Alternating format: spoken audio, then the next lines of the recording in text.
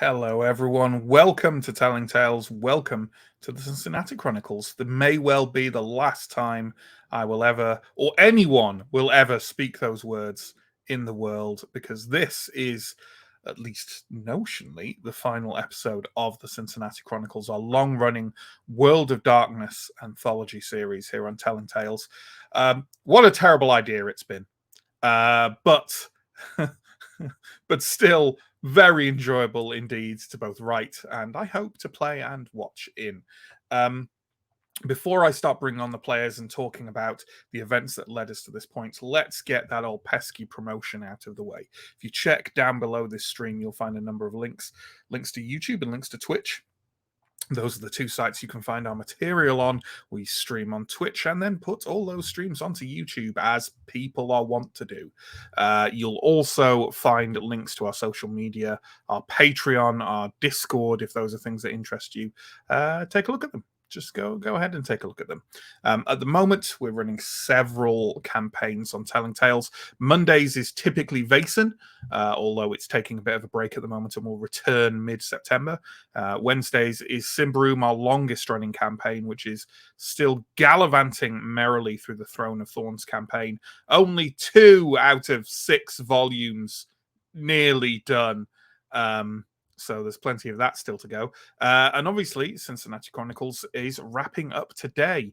In the future, Thursdays will hold various other things, including Wicked Ones, which is a lovely dungeon keeper-esque role-playing game that Sam is going to be GMing. And we'll also have the return and conclusion of Big Wet, which Pierre runs for us, our flooded apocalyptic survival RPG. And there'll be other stuff after that too. Plenty of stuff. We also run one-shots, single shot stories on weekends once or twice a month. The next one is actually coming this Saturday, which is only 2 days away from where I am now. I suppose I'd better write it. So that will be on Saturday, the 26th of August, and I will be playing. I'll be running Hell Knight, an apocalyptic doom biker TTRPG with a retro 80s splatterpunk feel to it. We'll be streaming that from 3 in the afternoon BST this coming Saturday. So please do tune in for that. There are a good 2 players from Cincinnati Chronicles that were involved with that as well. So if you have a love for the players of this series, you will also find some of them there. Okay. I think that's the promotion garbage out of the way. So with that in mind, what I will do is bring on each of the players. They can give a little bit of the lowdown on their character, who they are, what they are, etc. And then I'll give a summary of last session and a very broad summary of the series itself. And then we'll crack on. And we're going to start today with... It's Holly. Hi, Holly. Hello. How are you doing? Doing good. I'm looking forward to the final. Awesome. Holly plays this here character, Natalia Wolf, a vampire, a toreador, an artist. True artist, a graffiti artist. She scrapes stuff on walls. Absolutely. And you found, it's fair to say that Natalia is sort of out of her depth and out of her element in the surroundings. Oh, having the worst time. Possible time. Just the worst little time. What do you think Natalia's mental state is in locked away in this sort of like private spirit realm of, I suppose, her kind of her nemesis? Kind of confused and terrified, and I think that she hasn't really got past that point yet because new stuff keeps coming up that keeps adding to either the confused or terrified pile. That's absolutely fair enough, and I'm sure it'll be no great surprise if I say that today, as the very final episode, you'll have plenty of time to just chill out, sort of. There won't be anything new to the pile. Yeah. It'll be pretty straightforward stuff.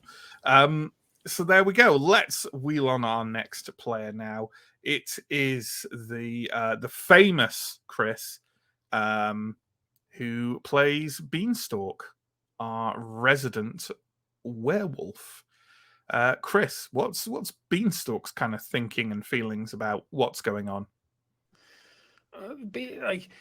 I like to play Beanstalk as the kind of a very nerdy werewolf in terms of kind of being really into studying the lore and the cosmology of Garou society, having thrown himself all four paws to the wind to kind of make his place in a society that's kind of designed to hate him. So in principle, he's got a fairly good idea of kind of roughly what the entrails of what's going on are. But he's also like, he's not very old. He's not seen any of this stuff before. So it's like you've got the book on how to service your 1984 Ford Fiesta, and you've got the broken Ford Fiesta, and there's just the journey between those 2 points is going to be basically terror. And that's what I think. Yeah, I think he's got at least somewhat the tools to understand what might be going on around him, and so he's in a state of rather than Natalia's what. Yeah, that's a pretty decent sort of summary of things. Speaking of other characters who at least have the tiniest fragment of a clue of what might be going on, let's bring on good old Pierre. Pierre is playing Carolyn Zelrech, our resident mage. Pierre, as someone who's playing the character who maybe most might grasp what's going on, but being one of the players who's least knowledgeable about the world of darkness, how are you finding things? I mean, I'm finding things just totally relaxing. No, the more I've read about Marauders and the concepts around them, the less I like the situation that we find ourselves in. Being in a world in which the whims of a scattered mind determine your fate is a little unsettling. Realizing that might be the person who you knew as a sort of member of faculty and trusted person for many years is another factor in Carolyn's current state of mind. So yeah, a little bit frazzled and unsettled, and would love to be out of here. What you're describing sounds like the experience of what a relatively normal person who went to Eton with Boris Johnson might have felt over the last 10 years. Yeah. And I mean, political commentary here on Twitch. That's what I thought of when I first created this character. Was definitely what I was going for with the for sure. Hippie dancing. For sure. Yeah, Eton notorious for hippie dancing students. Yep. So there we go. Let's roll out John. You know John. He's John. John plays Abby Atkinson, our resident Wraith. Every time I see that picture of Abby, I'm like, Abby's so classy. Just super classy. No blood or fur or dancing or anything. Just straight up class. John, how is Abby's classiness holding up in these environs? I mean, it's kind of all she's got going for her, really. She doesn't really know what's going on. She can't really do anything about it. She might be able to do more about it than she thinks she can, because she's used to not being able to do anything about it. But she's mostly just a bit overwhelmed because lots of things have happened in the past year or so, and she's not sure if she likes this more or less than the previous few years of nothing happening at all. So like, she's still not sure whether blind, incomprehensible terror is better than absolutely nothing happening and the quiet monotony of eternal death. Yeah, it's the old interesting times quandary, right? Right. And it's worth, of course, saying that for Abby, not to get too far into the detail of the Wraith storyline or anything, essentially for Abby, a lot of stuff happened, and then literally nothing at all happened, and now a lot of stuff is happening again. The others at least had a kind of holiday for a year. I mean, for the past year, nothing happened, but also it felt like a lot happened at the same time. It's true. I've had years like that, to be fair. Yeah, you've had years where it's felt like hanging in a void. I know I have. So let's bring on our final player for the evening. It's Inga, and Inga is playing our resident changeling, Rhea. Inga, how is the relatively happy-go-lucky world of the changelings meshing with this nightmarish existential horror you find yourself in? Good question. I mean, yeah, Rhea was very happy traveling around. She was road tripping around the US, and this is now a lot further afield travel than I think she was expecting, and maybe not as enjoyable. It feels less like enjoying the adventure. Waiting until the end of the story to then reflect on it being an adventure, I think. But at the moment, I don't know. There's definitely been some interesting stuff along the way, like meeting a real life vampire, a real life werewolf. Very exciting and fun and interesting, and filing that away for, oh my god, that was so cool. If we survive this, what an amazing tale. But also, maybe so like mixed. Rhea was thinking, going on her next trip, like Portland, Pacific Northwest, not so much the furthest reaches of the spirit world. Pretty much, yeah. Yeah. Okay then. Thank you, everyone. Let me delve a little bit into what's broadly happened. So, all of these characters have, in their own ways, had encounters about a year ago with a mysterious, manipulative, and Machiavellian green-robed mage who seemed to be trying to set some kind of reality warping plan in motion in the city of Cincinnati.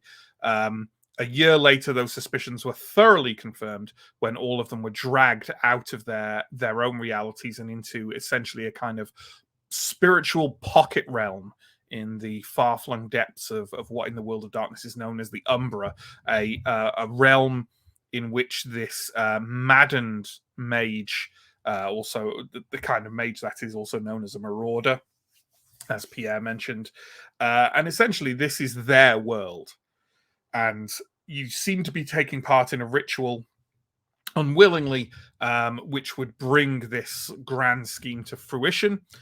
You were involved with a number of other NPCs, some of which in the process of the ritual have been obliterated, let's say, in one manner or another.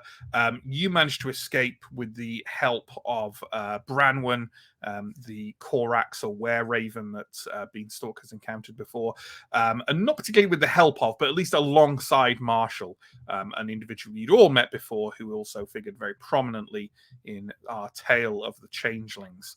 In fleeing, you found yourselves going through other I don't know what we call them, chambers within this pocket realm, each associated with a different sphere of magic, which you managed to negotiate your way through in almost seemingly randomized pairs, encountering on the way a number of sort of symbolic items, or rather kind of echoes of those symbolic items that seem to have some relevance maybe for this world, maybe for the ritual, something along those lines.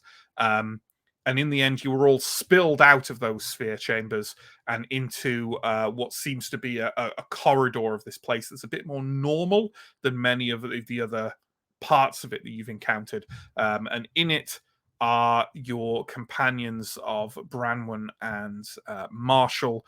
Marshall turning to you as you spilled out from the sphere chambers and requesting your help with the ailing Branwen, who has really done quite a number on her ankle at this stage. So I think that's probably about it, right? So why don't we kick off? And I've already forewarned the players, as the long combination of an anthology series, this might be a bit roller coaster with me reading out bits, and maybe there's some reactive stuff as much as there is active sort of player stuff. And in the spirit of that, I'm going to entirely hand over to you and say, well, what are you doing? Running right over to Marshall. Yeah. Same.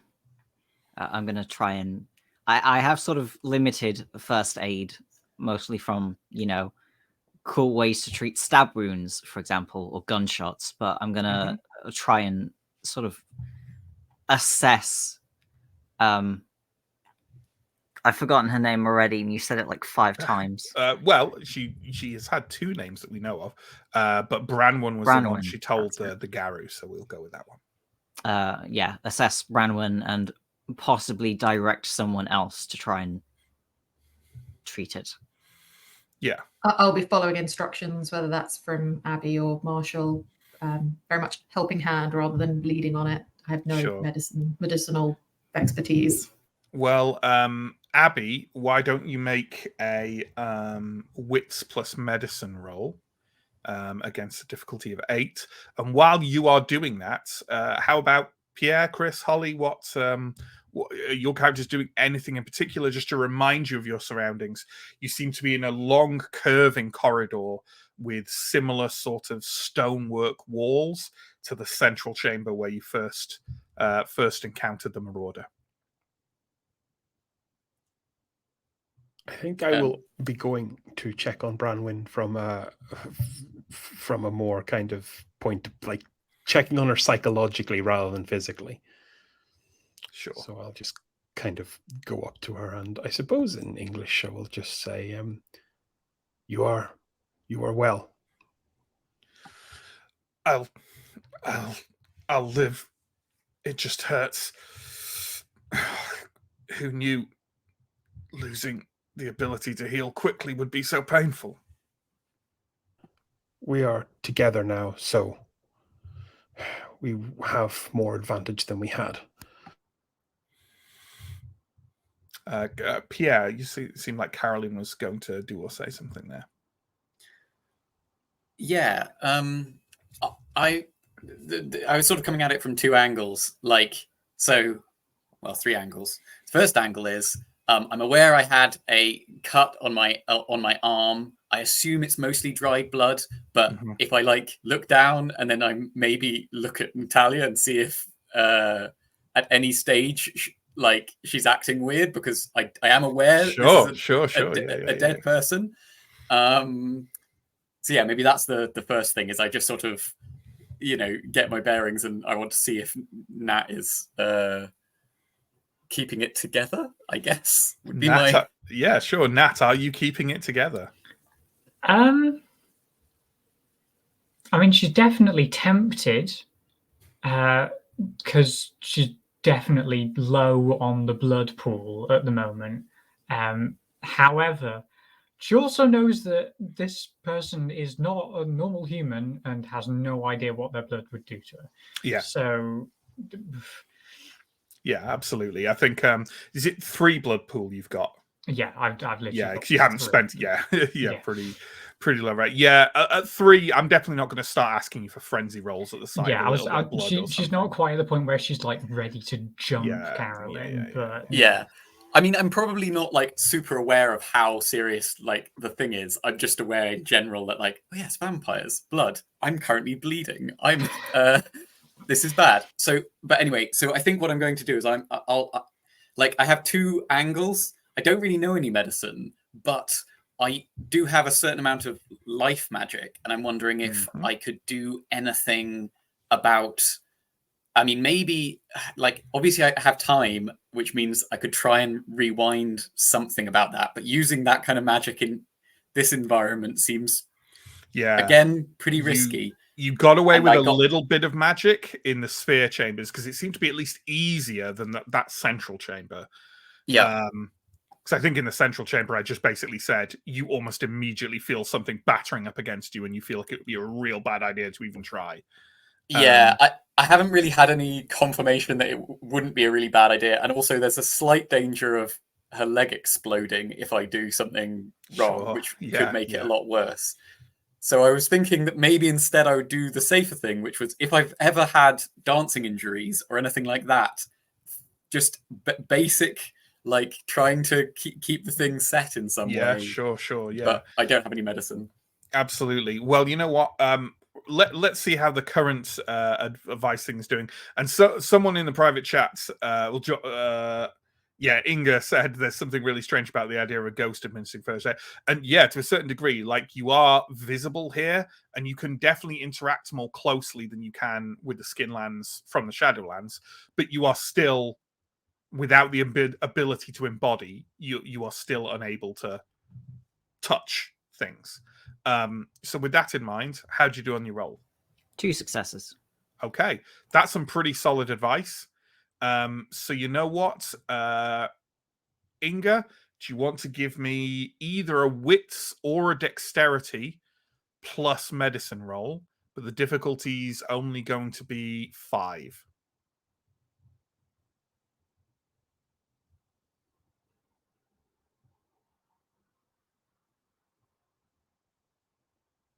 Two successes.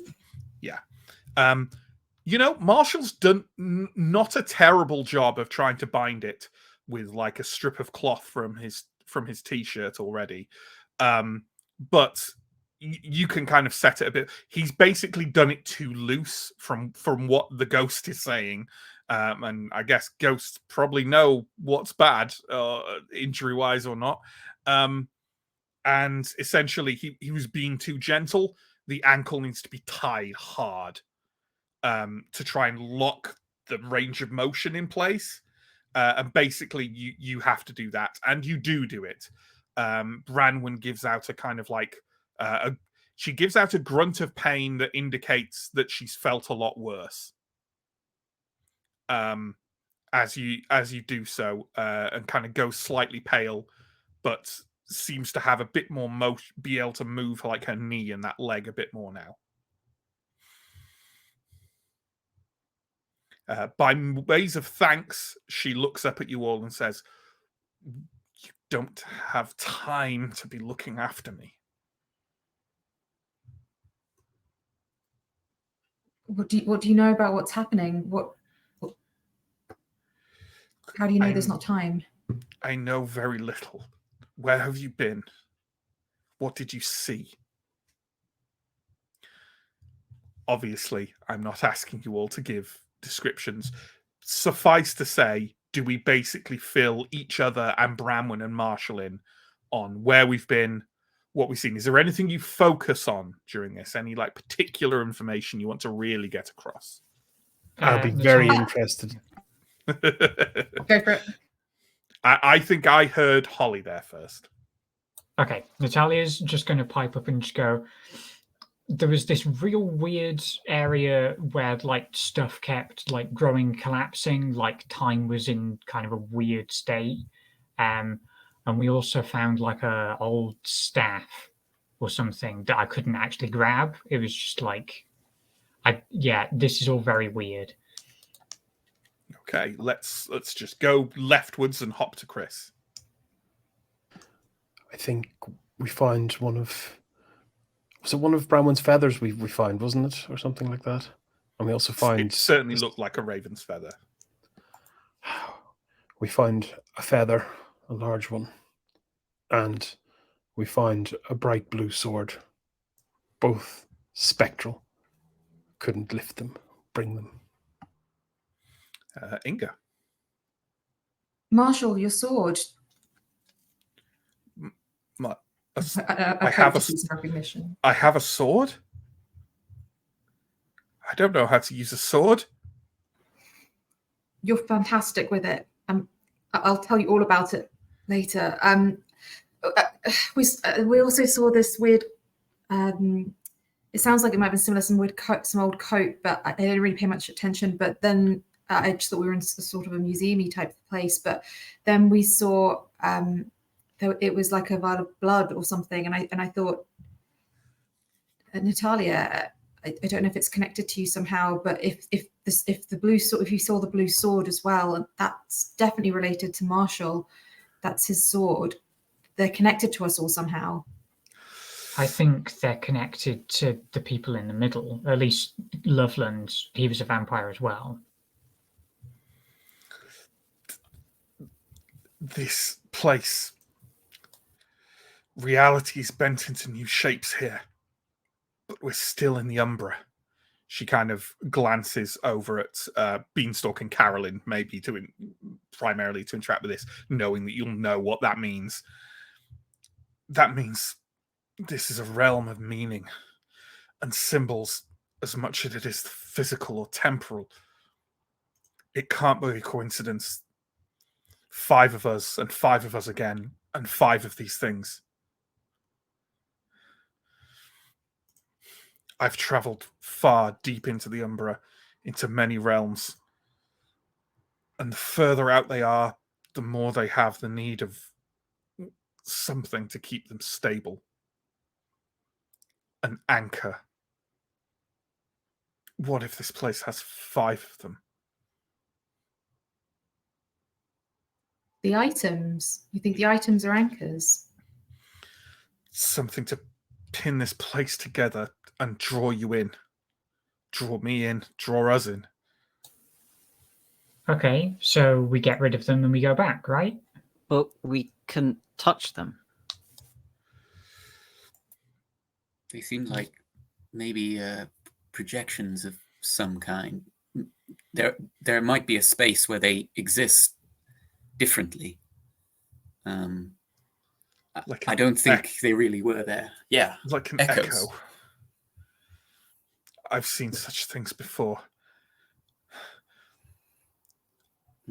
Perhaps I don't disagree with the notion of destroying them,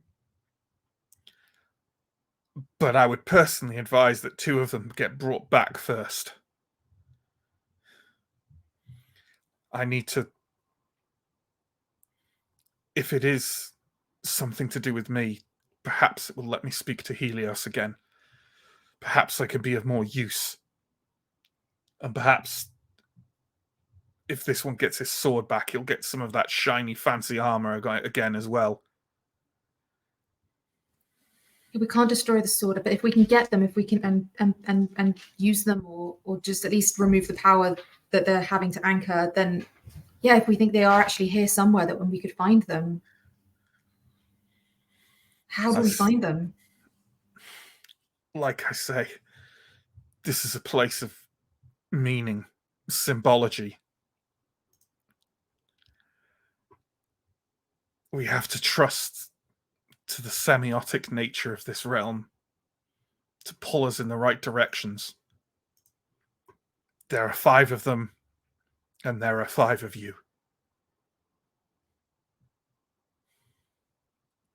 So, follow our noses.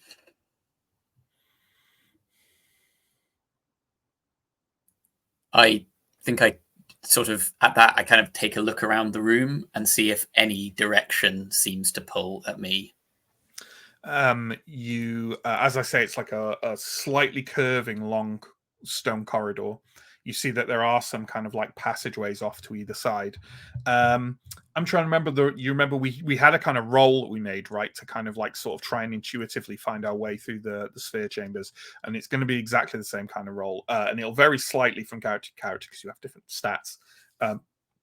But for a mage, I would say it's going to be wits plus awareness. Okay. Mages have awareness, right? They do. I also have lucid dreaming, if that would help. Yeah, definitely. Yeah. Okay. This far into the Umbra, what you're basically in is dream matter. So yeah, absolutely. What's your? Is that like a speciality? It's a knowledge. But yeah, it was a random additional one that I chose. Right. Is it? Do you have more points in it than you do in awareness? Yeah. Absolutely use it. Yeah. 3 pips in lucid dreaming. Who'd have thunk it would have been useful? Sure. Wits plus lucid dreaming then. Wits plus lucid dreaming. And anyone else who has awareness as a stat, your roll will be wits plus awareness. If you don't have that, we'll come up with something else like we did last time, but we'll do it on a person-to-person basis. But let's just let Carolyn seems the first to be kind of like, trying this. So what's the difficulty? The difficulty is going to be 7. Okay, I got 2 successes overall, but yeah, I got 2 ones that were cancelling out. That was 4 successes in total. Sure. Yeah. Something seems to be pulling you in a particular direction, which you suppose you could maybe quantify as left. Okay. That direction. Yeah. I guess if I'm going to go somewhere, maybe that way. Are we Splitting up. At that, Natalia is going to like have a look down the other side of the corridor and see if she can see anything that is pulling her that way. Sure. And vampires definitely don't have awareness, so Well, I do have awareness. Oh. But yeah.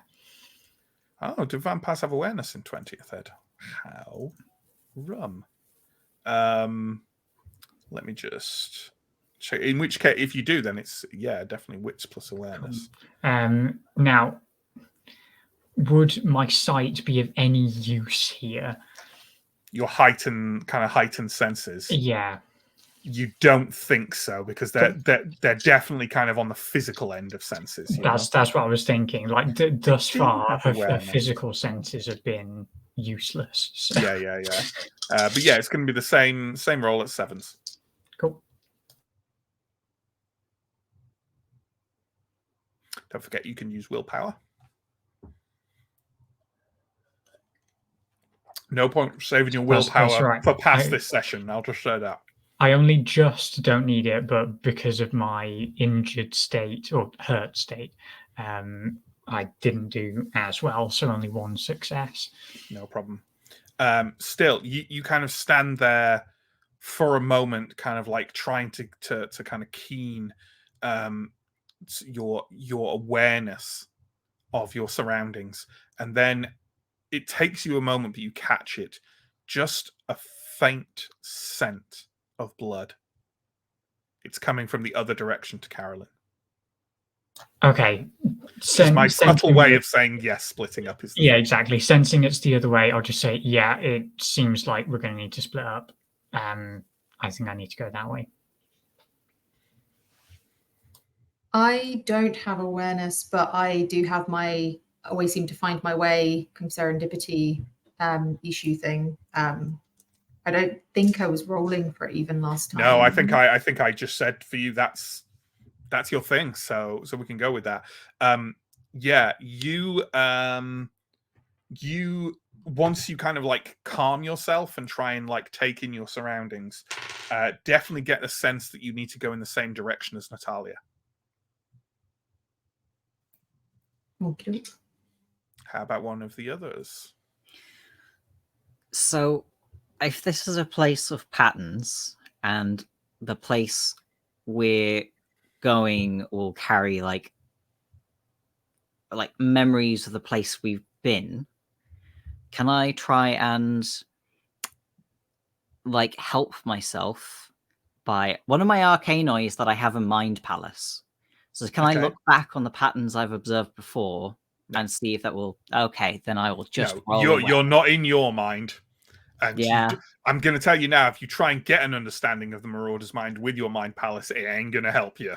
I just meant quite going the back opposite. and picking up the clues that I've seen so far. But no, it's nothing to do with anything you could have intuited.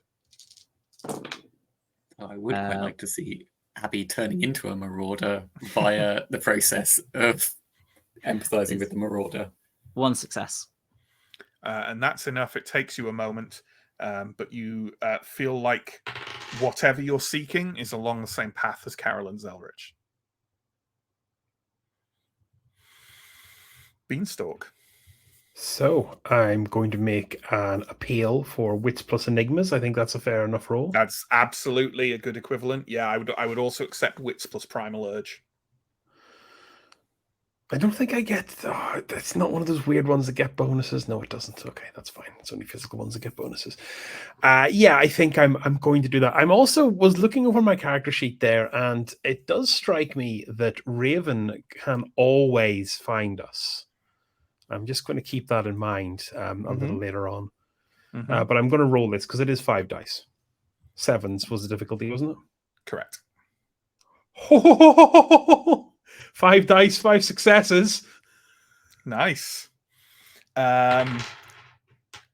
Beanstalk, you catch a scent and you immediately know it's what you're after. It's the scent of wet bird and dry, sweet bundled hay.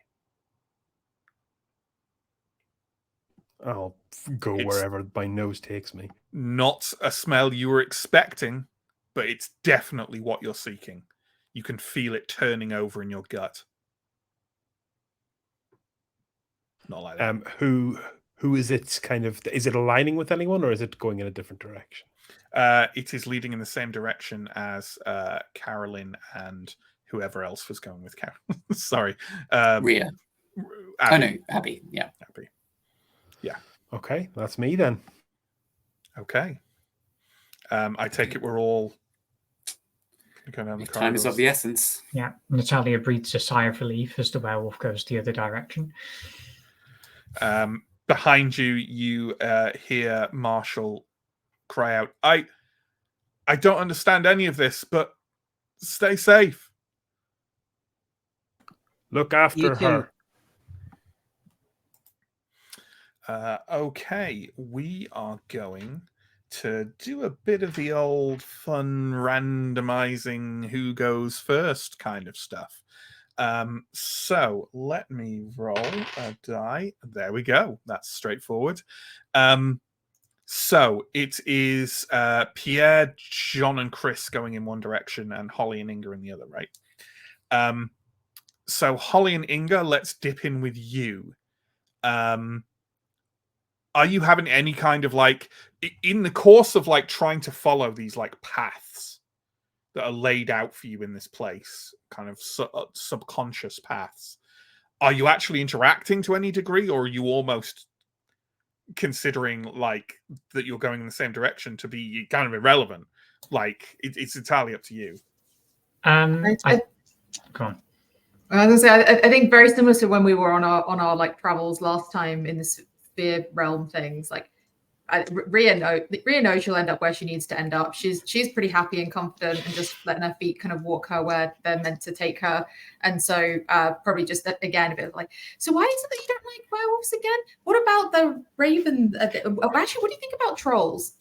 How did you see Marshall actually? Have you met trolls before?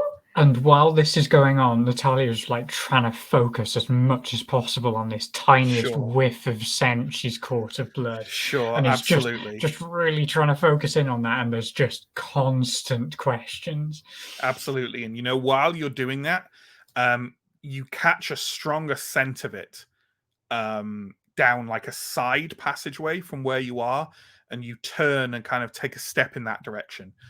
Rhea, you're kind of like talking and kind of like not babbling might be the wrong thing, but kind of like this flow of questions as you're kind of like letting sort of destiny lead you in the right direction. And you turn around a moment later and Natalia is gone. Natalia, in the outer wall of the corridor you've turned into, there is a rough old wooden door with a barely polished wooden doorknob, creaking slightly as it eases back and forth in a loose frame. There is a soft, flickering orange glow coming from beyond it. Okay. Yeah, she'll take a deep breath and just go, please, nothing too weird, and open the door. Sure.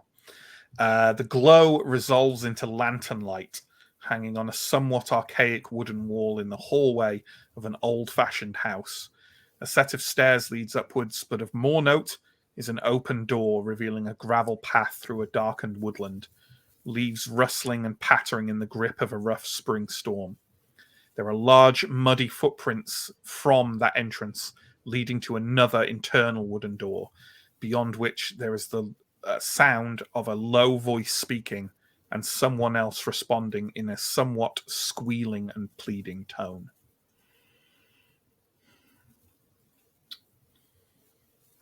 Okay. Natalia's going to try and be as quiet as possible, and try and listen in, I think. Sure. Getting closer to the door, it is kind of old and thick enough in its build that you really get the sense you won't hear. And there's the storm outside. There's like the crackling of the lantern light. You're at least going to have to crack the door open to get a good listen in there. Sure. In which case, yeah, she'll try and listen to it first, and then go, yeah, okay, and just try and open it a touch. Open it kind of gently. Sure. Why don't we see how stealthily you do that? So give me a wits plus stealth roll. Cool. Just standard difficulty. Okay. 2 successes. Yeah. You manage to kind of like ease open the door. You know, it's an old-fashioned door, so it might be naturally quite creaky, but you manage to do it relatively silently. Past the wooden door is a larger room with one window swung open, letting in a considerable amount of rain that is forming puddles on the rough wooden floor, puddles that gain tendrils of curled red blood as they mingle with the splattered vitae all over the walls and floorboards. The bodies of 3 men and a woman litter the room, strewn across a table, chairs, and pack of cards that have been tossed aside. There is a large bottle of whiskey also tipped to one side and lazily glugging its contents towards the rainwater and blood. A towering man dressed in nothing but brown linen trousers stands over a cowering individual, barely recognizable with slicked back yellow hair and a pockmarked face as Loveland. He is begging that he'll do anything to be forgiven. Anything. He didn't mean for all those folks to die. He just got angry is all.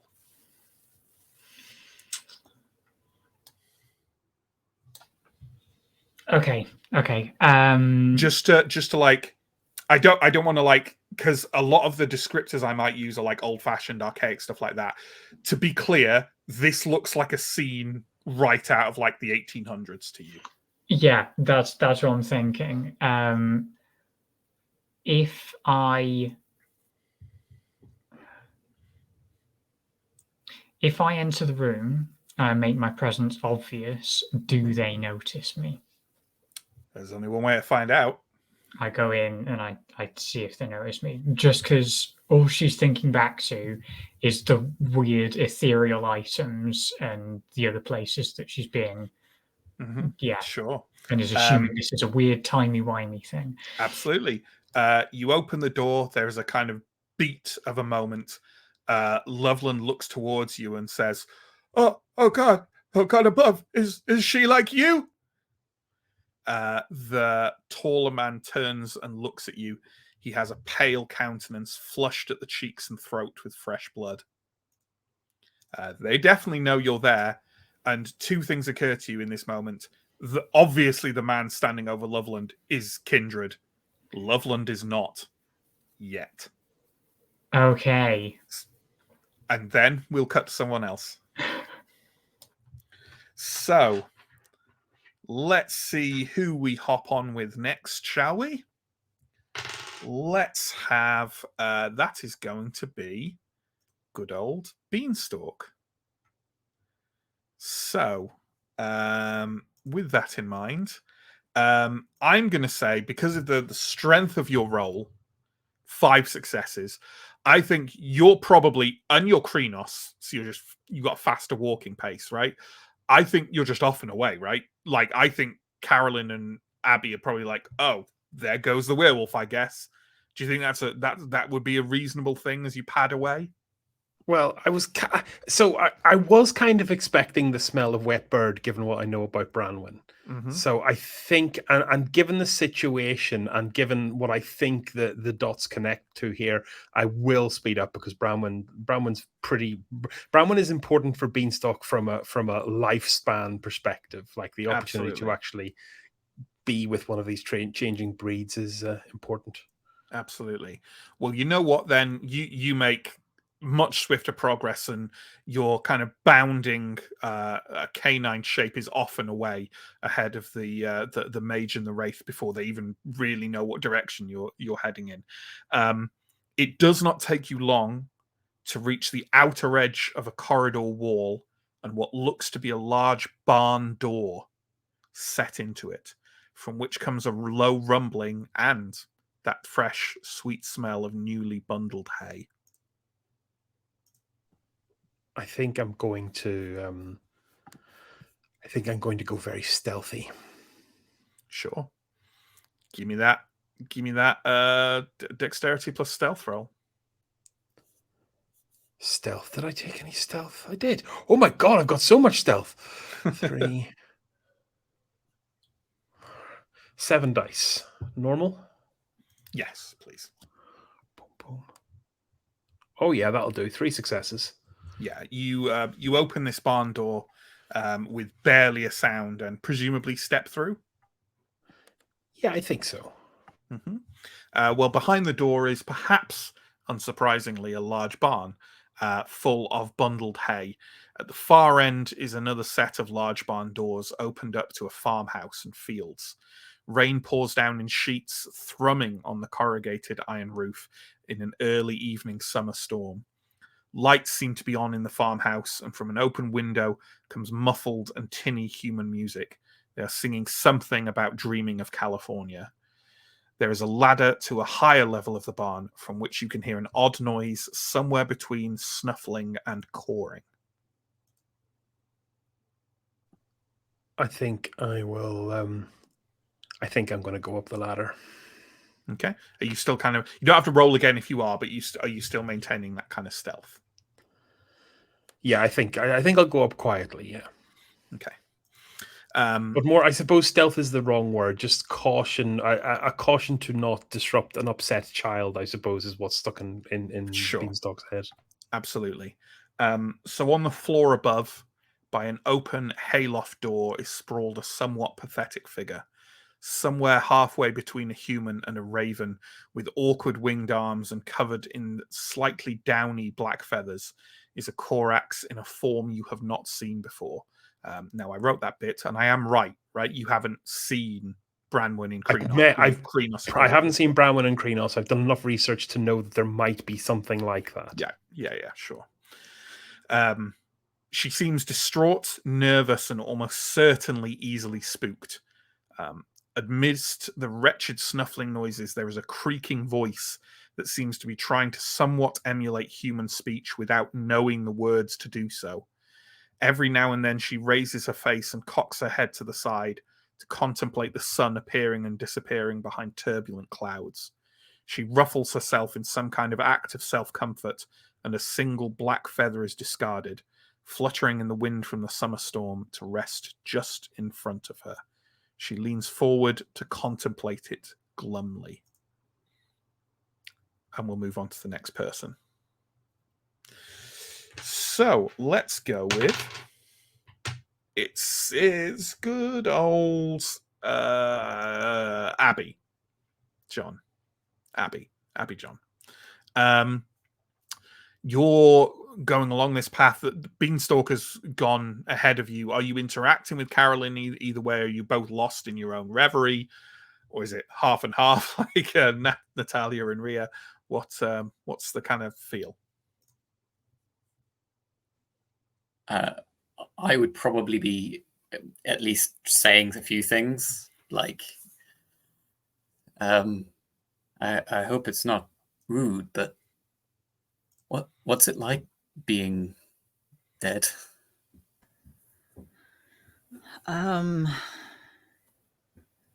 It's hard to say. I mean, what's it like being alive? It's the most wonderful thing, but do you not remember? I mean,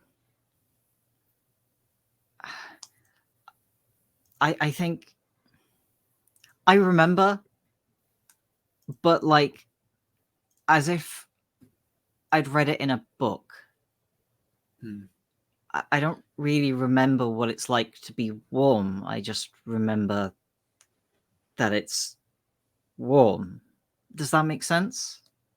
Yeah, that sounds awful. I have to confess, my area of speciality in magic is time and life, and if I'm honest, the reason I chose that was...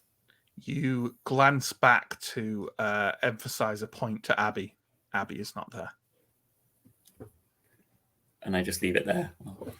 Abby, when you mentioned warmth, you felt something. Like a memory of warmth roll over you from a side corridor off the one you were walking along.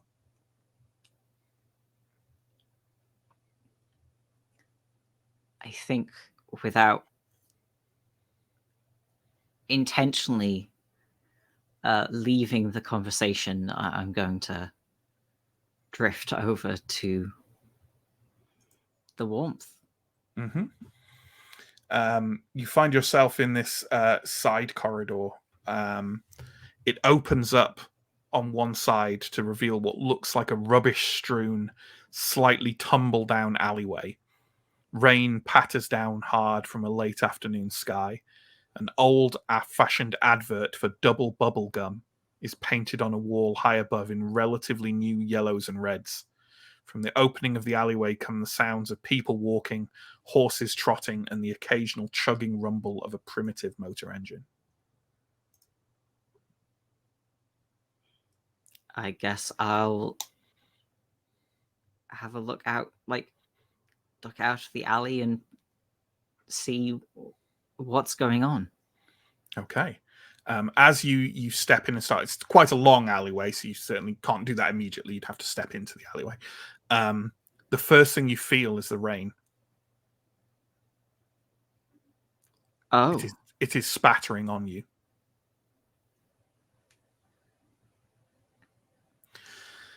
After you've taken a few more steps, halfway down the alley, a number of barrels have been cracked open and split apart to form a rudimentary shelter.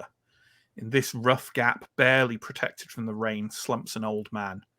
He has a tangled and stained grey beard, the face of someone who has had an exceptionally hard existence, and is clad in the worn and decaying remains of an American Civil War Union uniform. He is surrounded by the remnants of food packaging, newspapers, a few battered books, and several empty alcohol bottles. His eyes are closed and his breathing is extremely ragged and halting. A deep, awful rattling comes from his throat. I'm going to look at one of the newspapers to figure out a date. It is 1925. That is a long time to be wearing a Civil War uniform. Mm-hmm. I'm gonna peer a little close to him.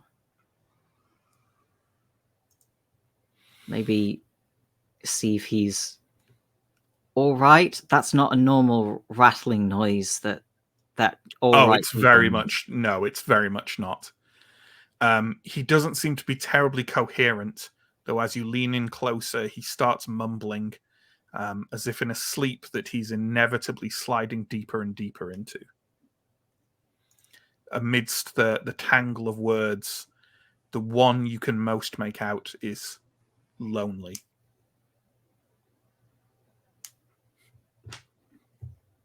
Next person. That would be Rhea. You're already alone in the corridor. I don't have to come up with a reason why you're not talking to anyone. So with that in mind, I'm assuming you're still kind of following this path that you can feel ahead of you. It leads you in a fairly straightforward fashion to what seems to be a packed earthen tunnel running off the corridor, held up by wooden struts. Periodically, some kind of tremor runs through the walls and soil patters down or falls in slightly sodden clumps. There is a deep smell of mud, body odor, and sickness. But this is like there's like I could crawl or go through like it's somewhere. It's taller than you. Yeah. Oh right, yeah. I would think to myself Marshall's words from another life to be brave and proceed. Absolutely. So you walk into this packed earth tunnel. The soil that occasionally kind of scatters down kind of falls on you as you do this. And several steps later, you can see a dim light ahead of you. It looks like daylight. I will continue on through to the end and see what I see. The tunnel runs to a kind of opening, beyond which is what appears to be a trench in the earth, separated apart by more of those wooden struts. All around are scattered things like boots, ammunition casings. You see a very old-fashioned rifle broken in two, scattered along one side. Visible, looking one way, the trench just seems to go on forever. Looking the other way, you see what seems to be a huge crater in the earth. It looks recent. The sides of it are still like scattering down with soil. But no people? Or No. movement? No. The only movement you can see is kind of like the scattering of soil and the dripping of whatever. It's kind of softly raining overhead, and the crater seems to be starting to kind of slightly fill up. Like there's gathering puddles at the bottom of it. I will sort of try and see where I can kind of peer up and out, kind of tentatively. Absolutely. The closest place you see where you might be able to get more of a point of view is actually the far side of that crater. Part of a hillside from where you can see seems to have collapsed and left a sort of loose earthen ramp that you could scrabble up. Yeah, I will give that a go. Okay. Navigating the crater isn't very pleasant. It is scattered with bits of trench equipment, shards of shattered wood, and as you take a couple of steps into it, you can see several human remains. In the distance, there is a booming noise like a deep summer storm, but it doesn't sound right. I'm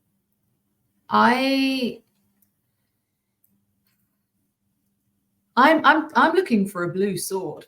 Like Sure. I'm very like I trust where my feet will take me, but it feels like I don't feel like I'm in a place where I'm going to find Marshall's sword, which is really what I'm hoping to see. Sure, absolutely.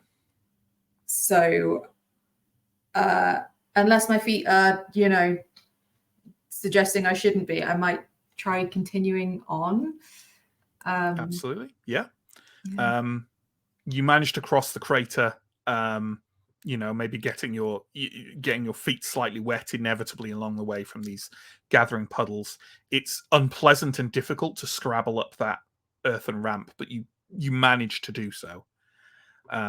Above, you can finally see what lies beyond the trench.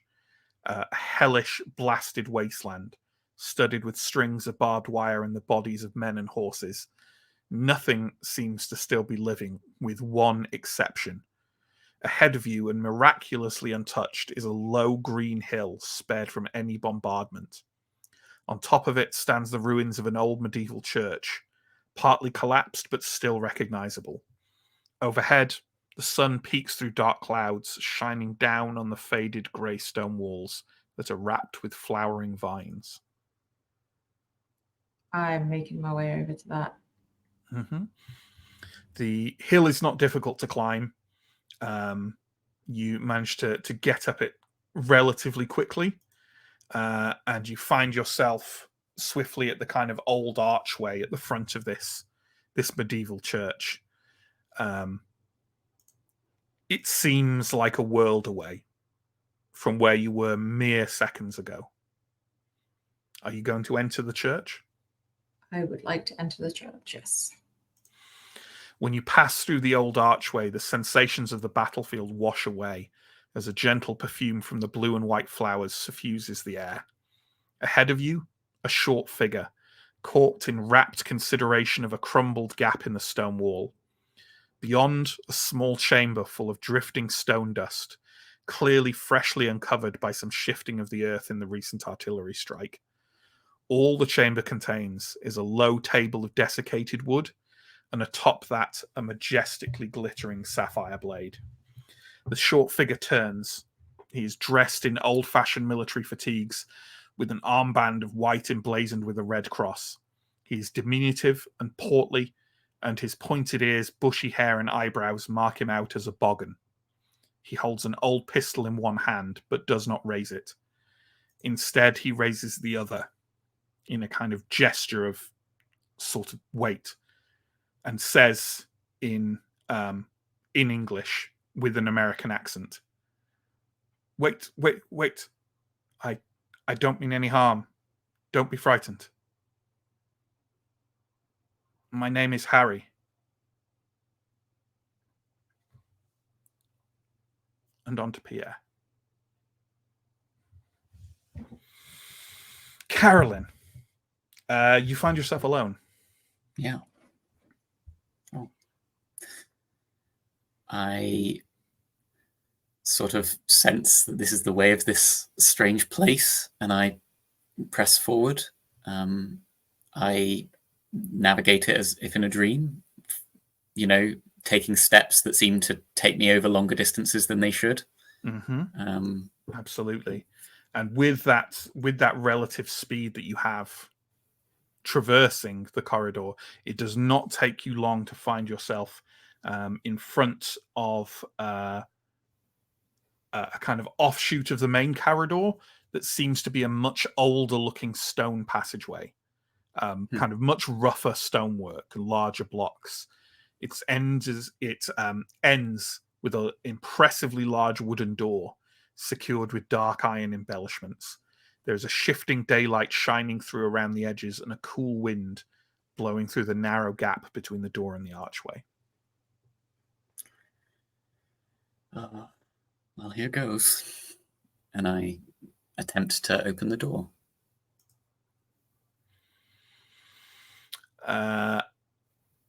Sorry, I just want to resolve something. Just popped in a private chat just for the interest of clarification before my players may go off on some kind of tangent. One of them has asked if Harry is the name of the bunny friend. No, Eddie is the name of the bunny friend.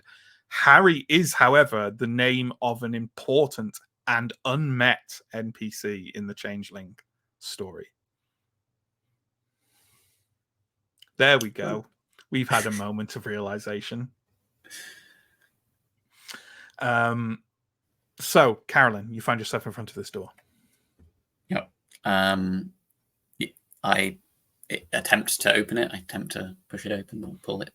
Yeah, and you manage that perfectly well. Now, remind me, Carolyn was present in the sphere with the staff, right? Yes, I believe so. I just wanted to make sure that. So the door opens to reveal a somewhat familiar landscape. In blowing wind and soft rain, ahead is a rolling green meadow giving way to grey stone cliffs. A few trees are scattered around and lean slightly in the growing gale, and the dark sea beyond the cliffs crashes in foam-crested waves.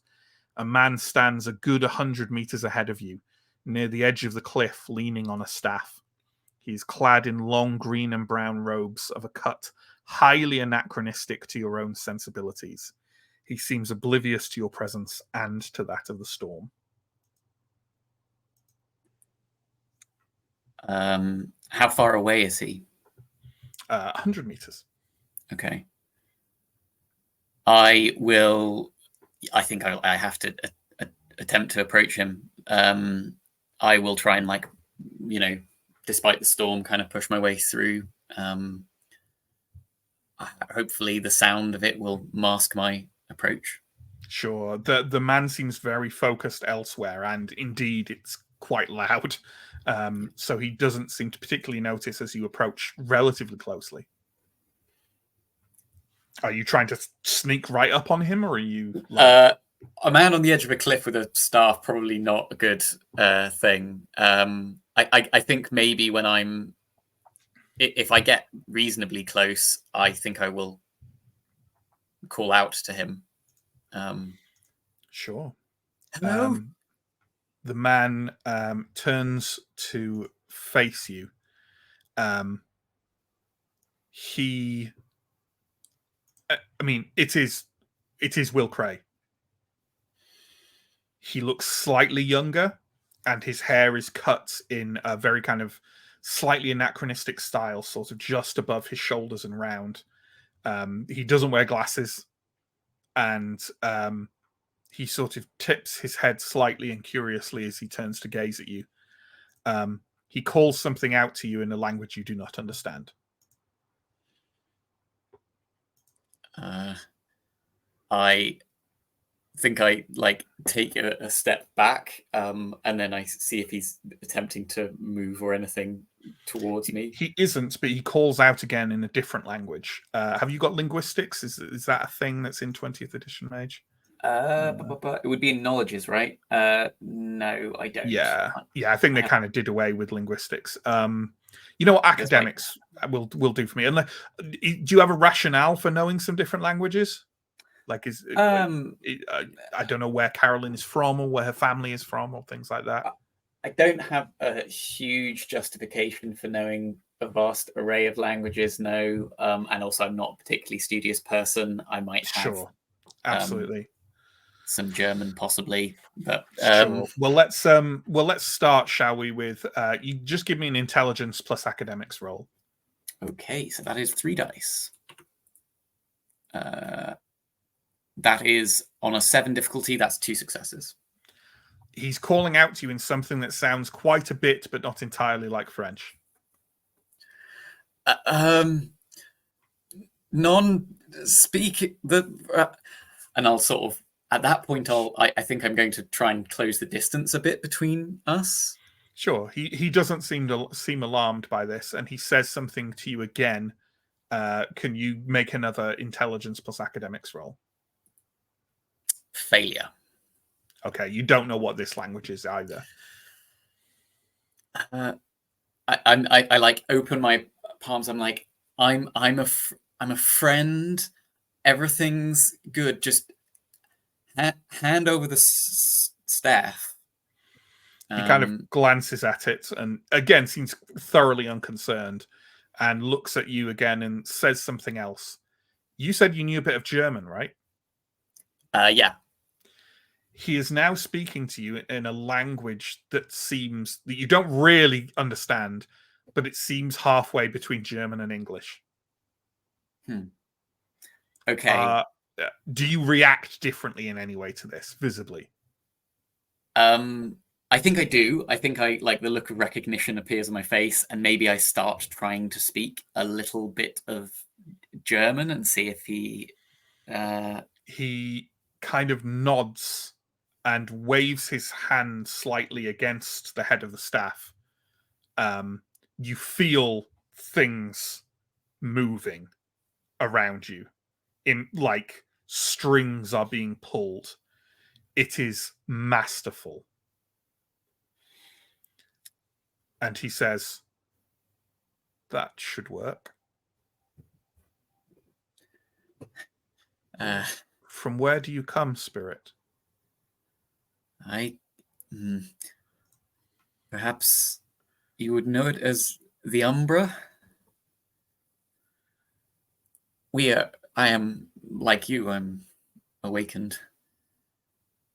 Oh, not a spirit, but a woman. No. Yes. We know each other. Or perhaps that's not the best way to say it. I'm here to prevent something terrible from happening.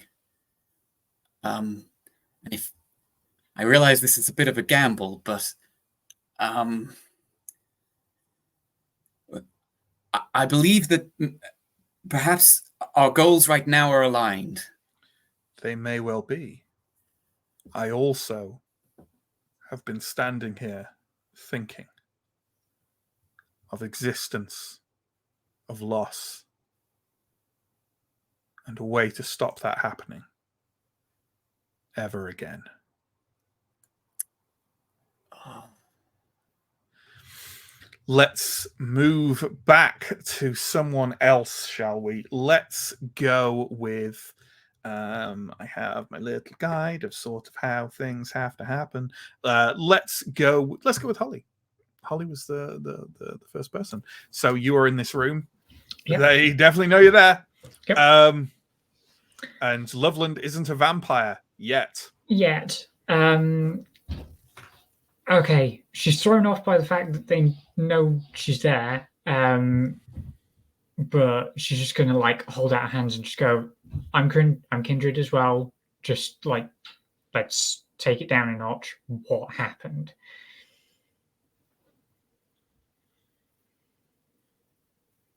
The kind of tall man sort of takes you in a bit and looks you up and down and says, "Are you one of Ludlow's pets?" Decidedly not. I have business with this worm. Does that involve that worm becoming one of us or not? I don't need to answer to you. Don't need to, but it'd be real helpful.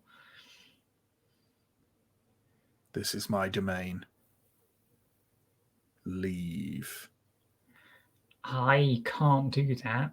I'm not even sure I know how. So if we could figure out this situation, that would be great. The tall man takes a single step towards you, and Loveland, or to be more accurate, the person who might become Loveland, decides that this is the time to make a break for things, and starts to dash towards the window.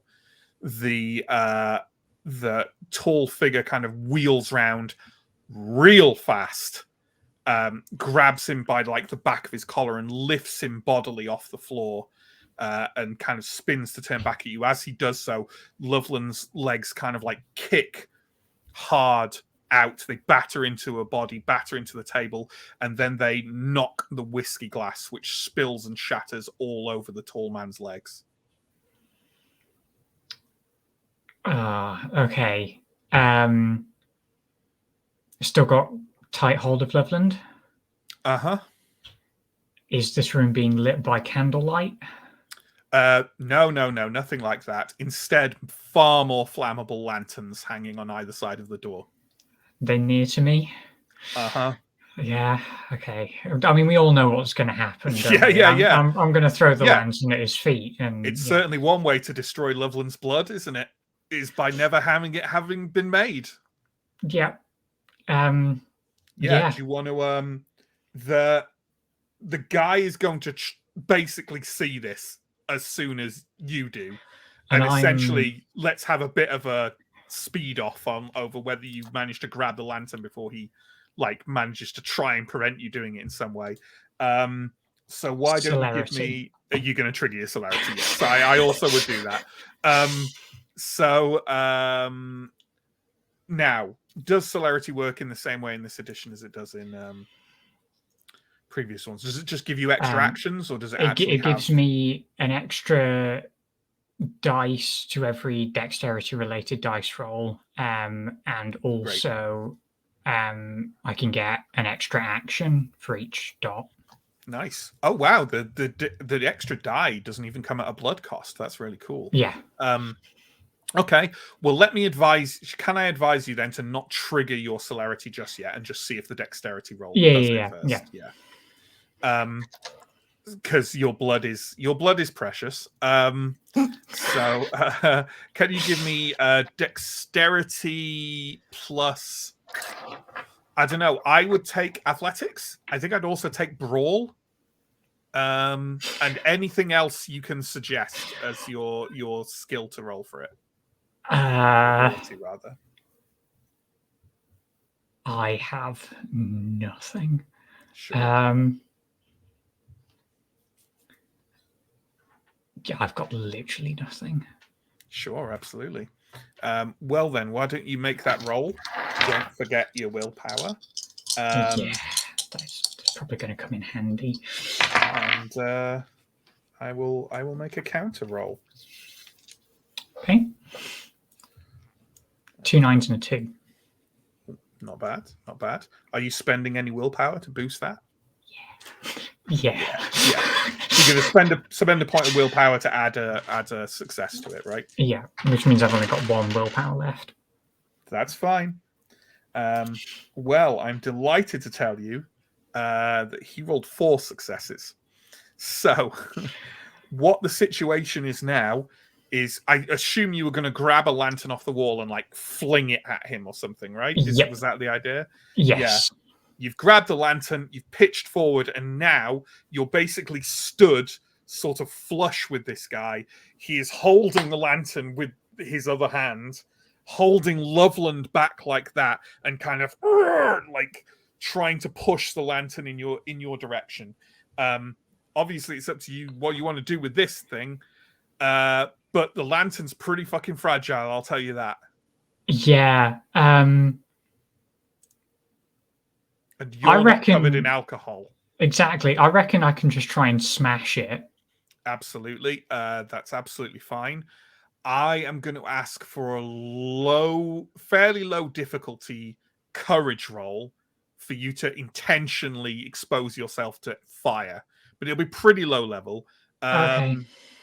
If you want, you can spend a willpower to not make the roll at all.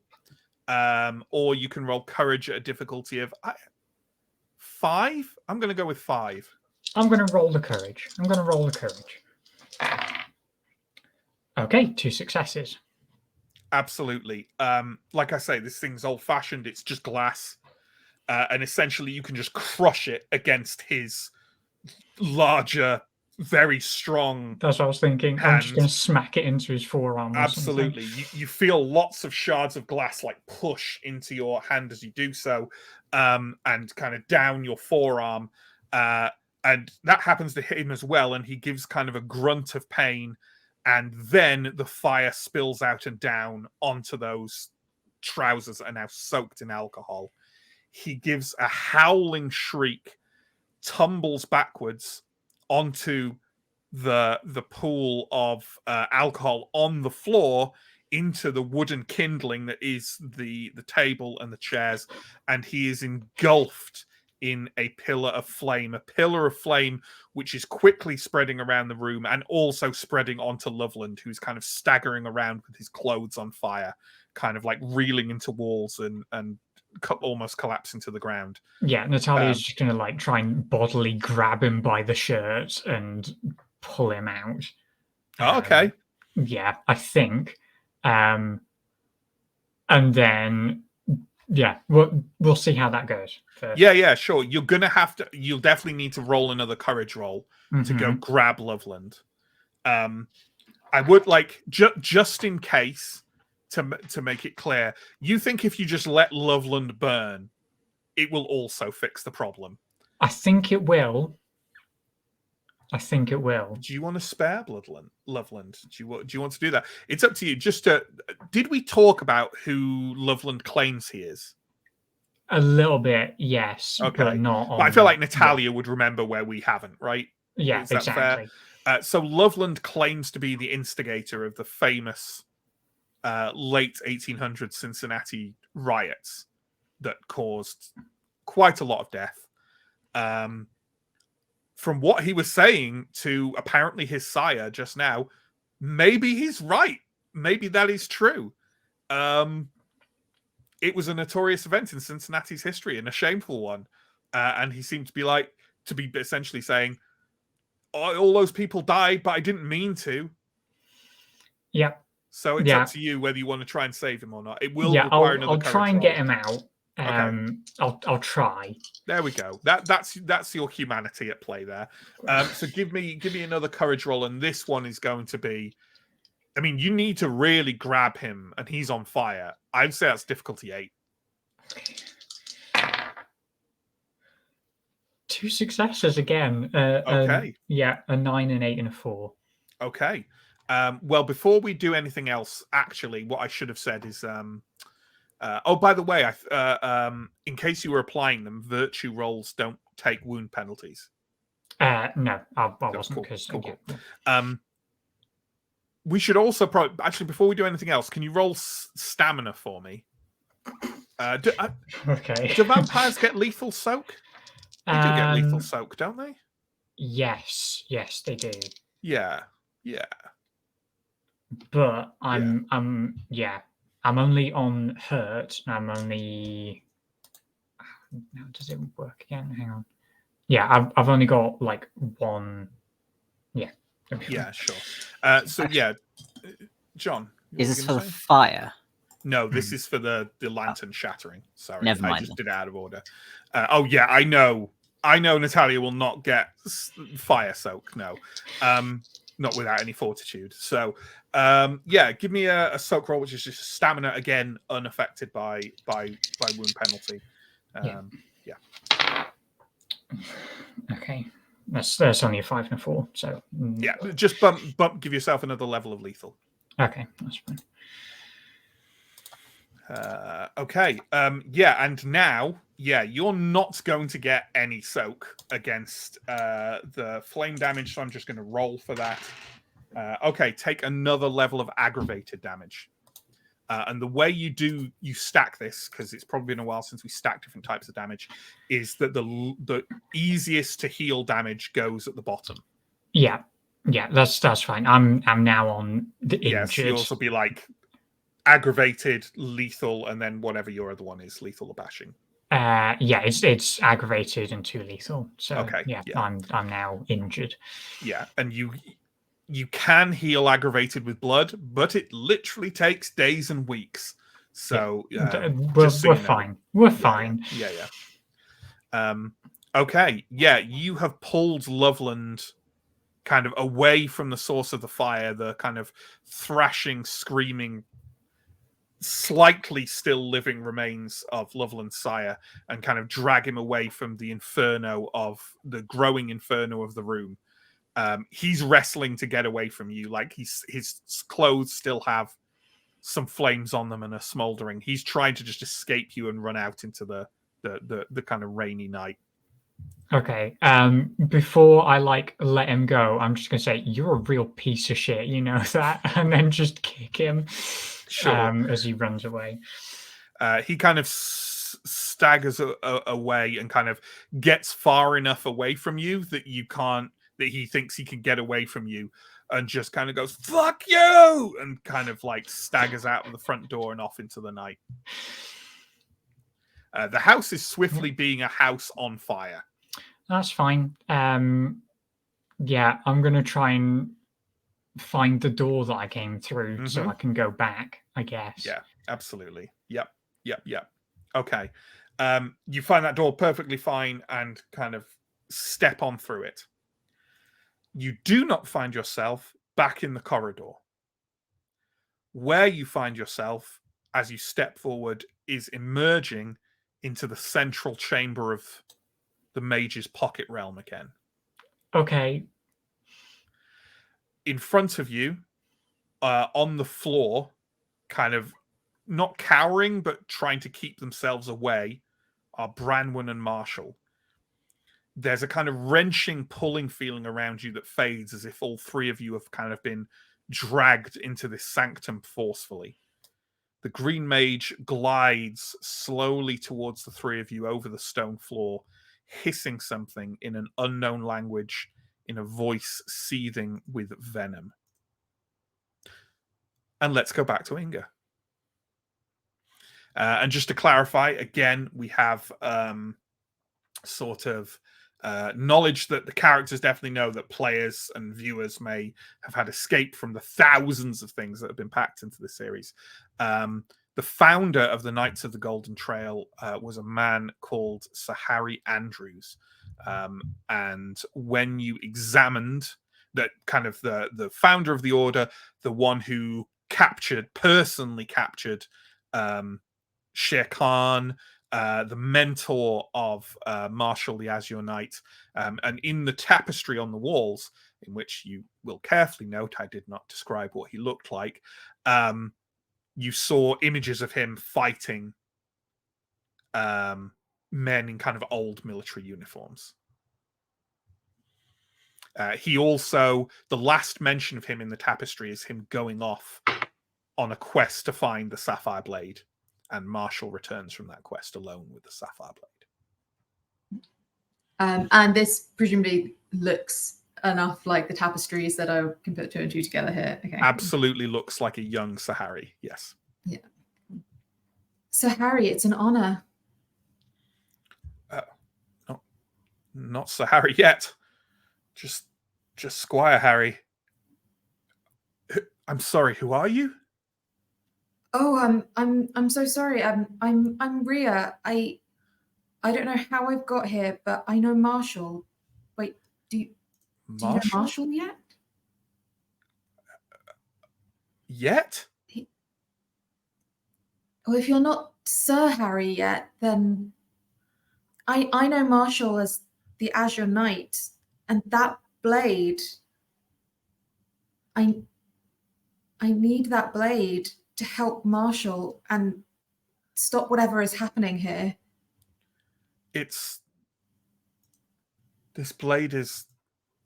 You need it to help someone? Well, I need it to give to somebody else to help someone. To help someone who you is going to be very close to you.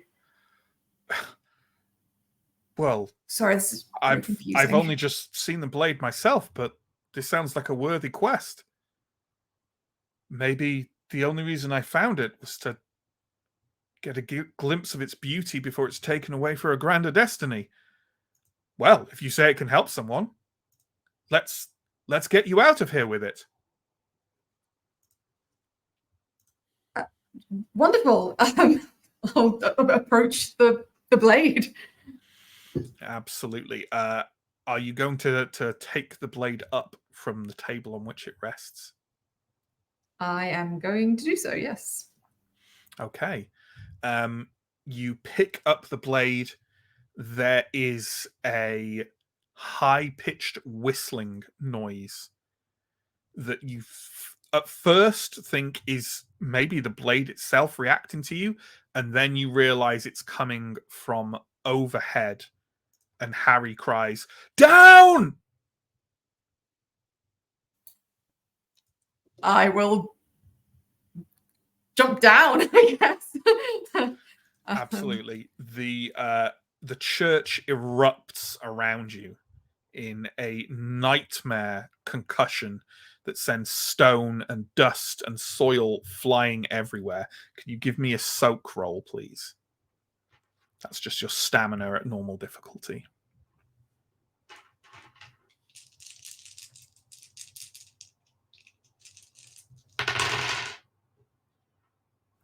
Two successes, a 9 and a 10. Okay, then take 3 bashing damage, please. You find yourself bruised and battered with lungs full of dust, staggering out of a tumble-down crater that was once the church on top of this last green hill.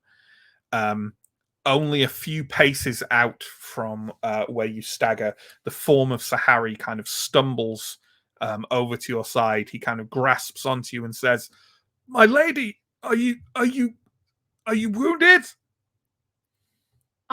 I'll be fine. I'll be fine. Thank you. You saved my life. I think... Oh, yes.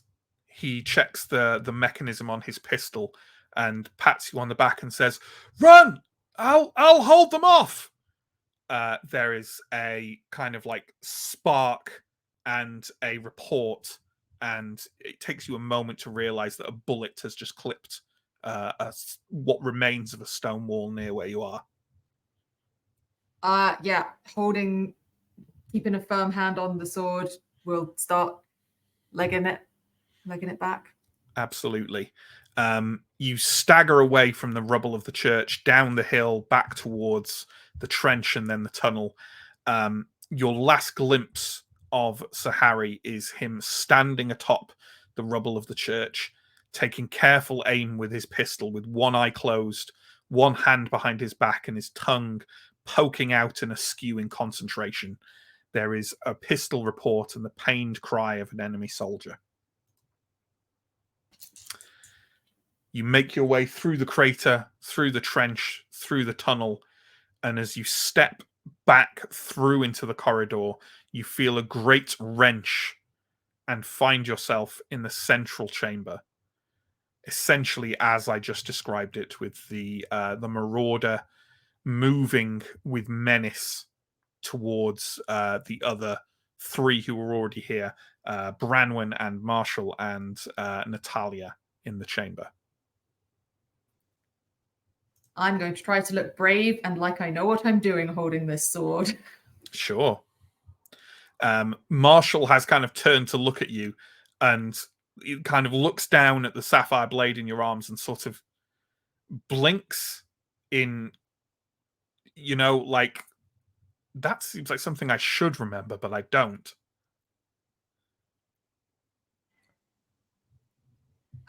Is he close enough? Like, oh yeah, I mean, the four of you yeah, are quite close to each other, and the mage right. is kind of like moving towards you with menace.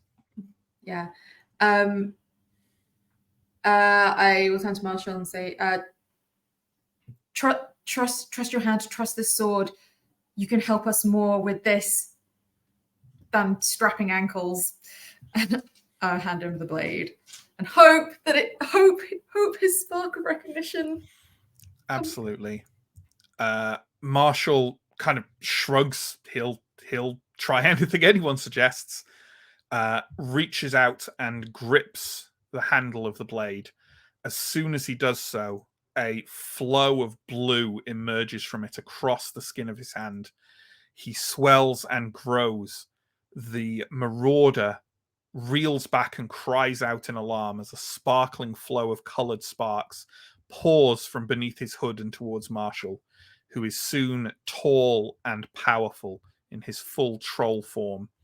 With a quick glance around him, he takes in your frightened countenances and the furiously shrieking mage. He readies his blade into a guard stance. The Corax heaves herself to her feet and stumbles forward, a sheaf of black feathers between the fingers of one clenched fist like throwing knives. In between gasps of pain, of putting weight on her shattered ankle, she manages one word. Fight! And we will go back to John. How far am I from the end of the alleyway? I mean, not too far, in terms of, I don't know, 10 meters, maybe. I'm sort of torn between trying to run for help if people here can see me, and not wanting to leave. You think this man would die in the modern days, whether or not you ran for help? In the 1920s. If anyone cared about this man dying, he wouldn't be here dying. Then I will... Is it safe to say that I recognize this man? Yes. I'm going to put out of my mind what he is eventually going to do to my niece. And I am going to put my hand on his arm. He seems to respond to the touch. I tried. I really tried. Tell them I tried. No one even knows my name anymore.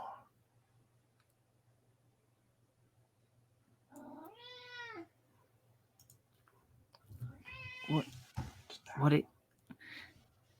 Alley Cats, what is your name?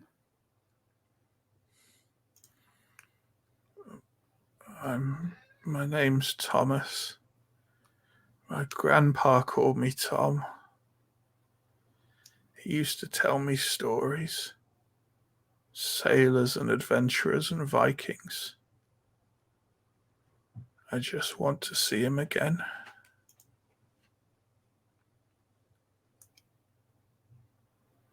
I am... Well, why don't you tell me about him? You don't think he has either the wherewithal or the energy to tell you anymore.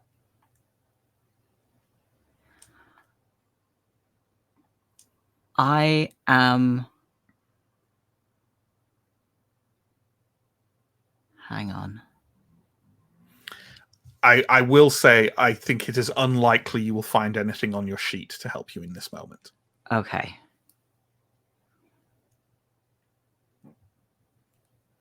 If you would like a suggestion of something that may occur to Abby that might not occur to you, I'm happy to give it. Yes.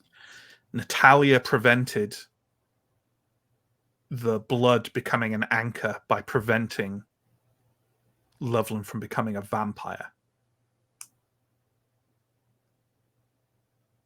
You don't need to save this man's life to stop him becoming one of the Restless.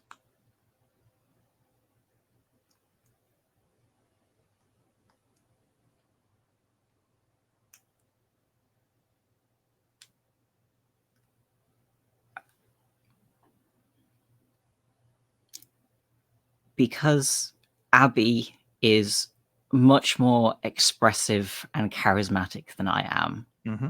I'm going to describe that she is going to say she's going to talk to Tom, and she is going to be very soothing and comforting and reassuring about what may or may not happen next. Absolutely. You said that you reached out and held his hand. Do you think that would continue or maybe even be more significant? I will put both of my hands, like one hand between both of mine, and I will squeeze. As you do so, the old man leans into you. You tell him that things will be all right, that he won't be lonely anymore, and he will see his grandpa again soon. The end does not take long.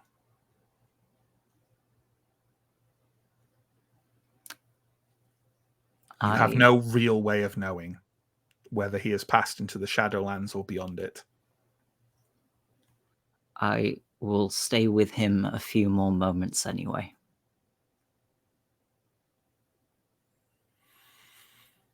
Very well. After it is done, are you retreating backwards where you came from? Before I do, Abby has one of the few items that she has as a wraith. Is like a little notepad. It's kind of like a sticky pad. Mm-hmm. And she is going to write Tom and kind of stick it next to, on top of the barrel.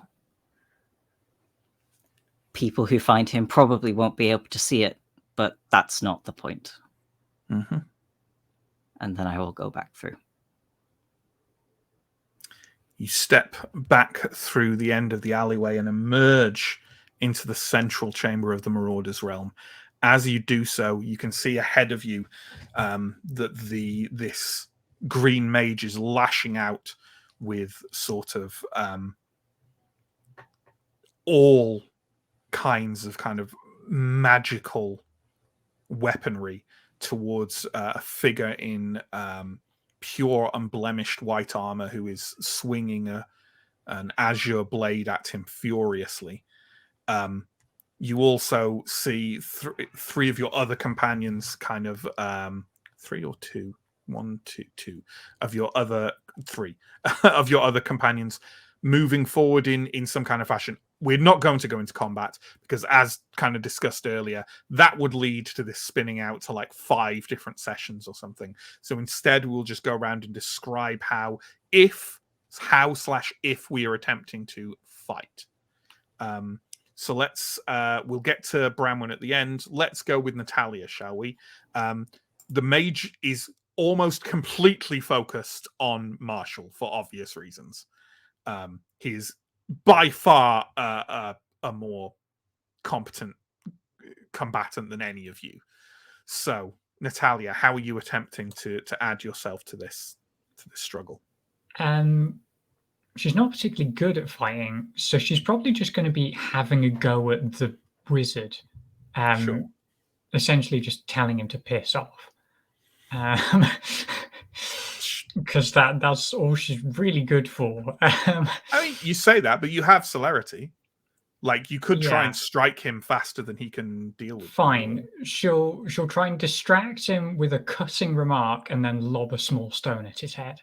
Sure, absolutely. Kind of like moving positions, Yeah. utilizing the celerity, perhaps. Yeah, sure. How about you, Rhea?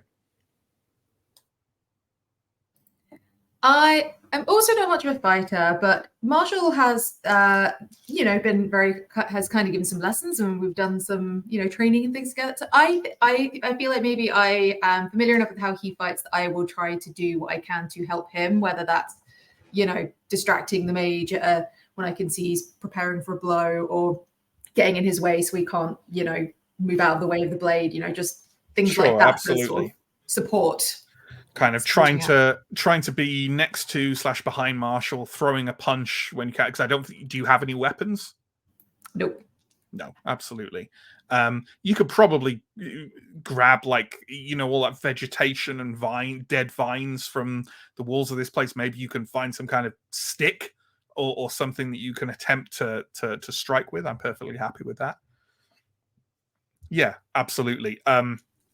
What you feel like you're mainly doing is staying out of the way of Marshall's blade to a certain degree, but you can also feel like the waves of power rolling off the Marauder as he conjures fire and kind of awful, small, shrieking things and other crazier sort of conjurations to combat Marshall, who is just wading forwards with a determination through all these magics towards the mage.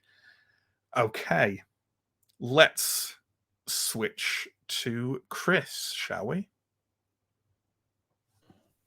Okay. I think I'm going to immediately switch to Hamid. Okay. And I'm going to assume that's not going to be too difficult around these parts. Anyway, just spend a rage and that'll sort it, won't it? Yeah, do you know what? Fair enough. I got mechanisms to get rage back. Oh yeah, very easy ones. Getting rage back as werewolf is not hard. I think I'm going to try and sing a little song to comfort. Sing a little lullaby. Okay. Sure. What stats do you think are appropriate for that? Maybe charisma plus something? Have you got expression? Is that a stat that I would like to I'd like to opt that I take charisma plus performance, which I have. Oh, yeah, absolutely. Yeah, go for that. Sure. I'm going to rack it up as a difficulty 9. That's 2 successes. Wow. Very well done. As you do so, the kind of miserable Korax sort of turns with a start and sort of shuffles backwards across the hayloft away from you a bit. But as you kind of approach singing this gentle song, sort of cocks her head at you oddly, and there is a blurring shift, and a raven is in front of you, hopping backwards and forwards and considering you carefully. You said there was another presence in the room, or am I misremembering that? There was some. There was another kind of. Okay, so it was her making this kind of speech type sounds that weren't quite human speech. It sounded like she didn't know how human language worked.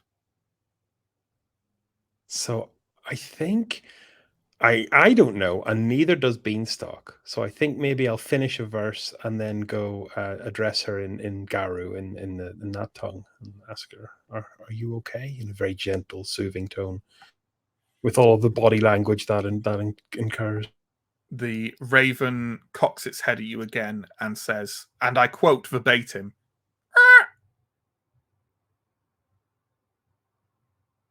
What a bean. You don't know much about Korax, but you do know that if what you are addressing is the equivalent of a lupus pup newly changed for the first time, this raven does not know what the fuck you're talking about.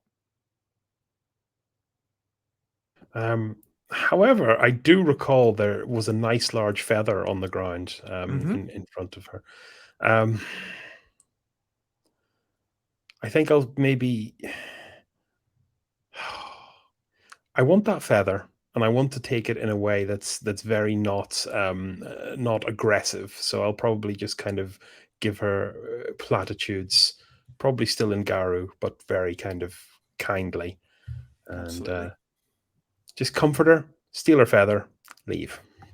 Absolutely. So you're kind of still sort of talking softly, maybe a little melodically, and kind of reaching out to like take the feather as you do so.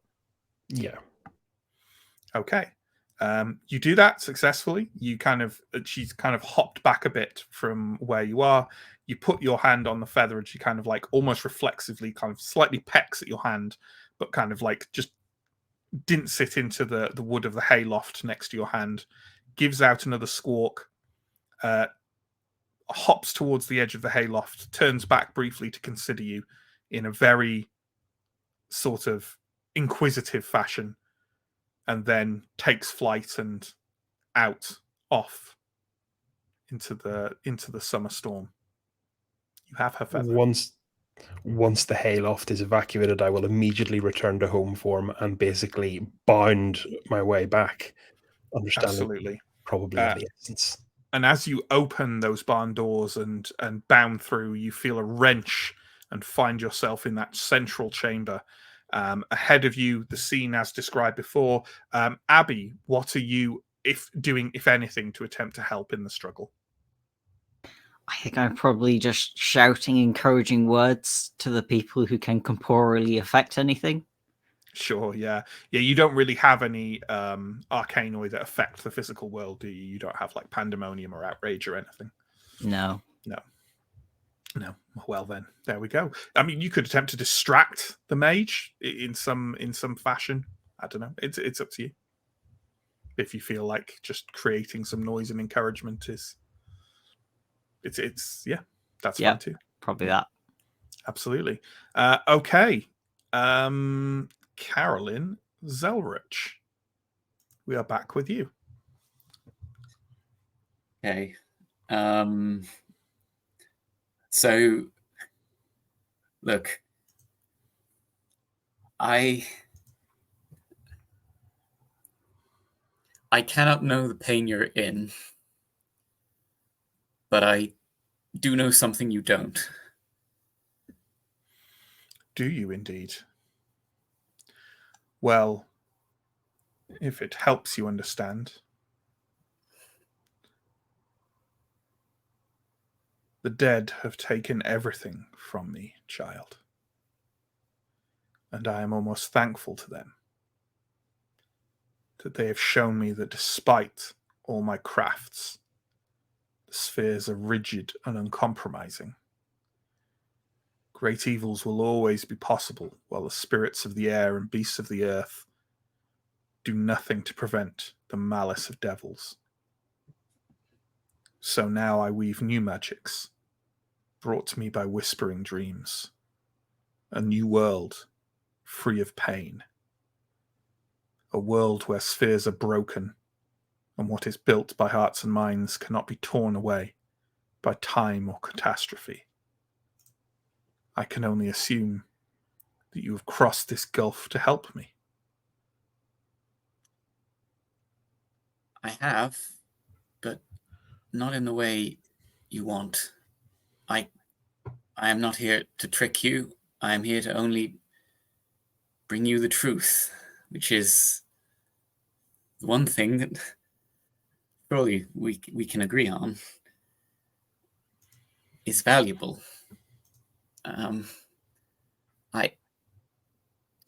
You believe that you're bringing about something new, and that your pain is something unexperienced by anyone else. But everyone who is in your position, there's something, shares something with everyone else. And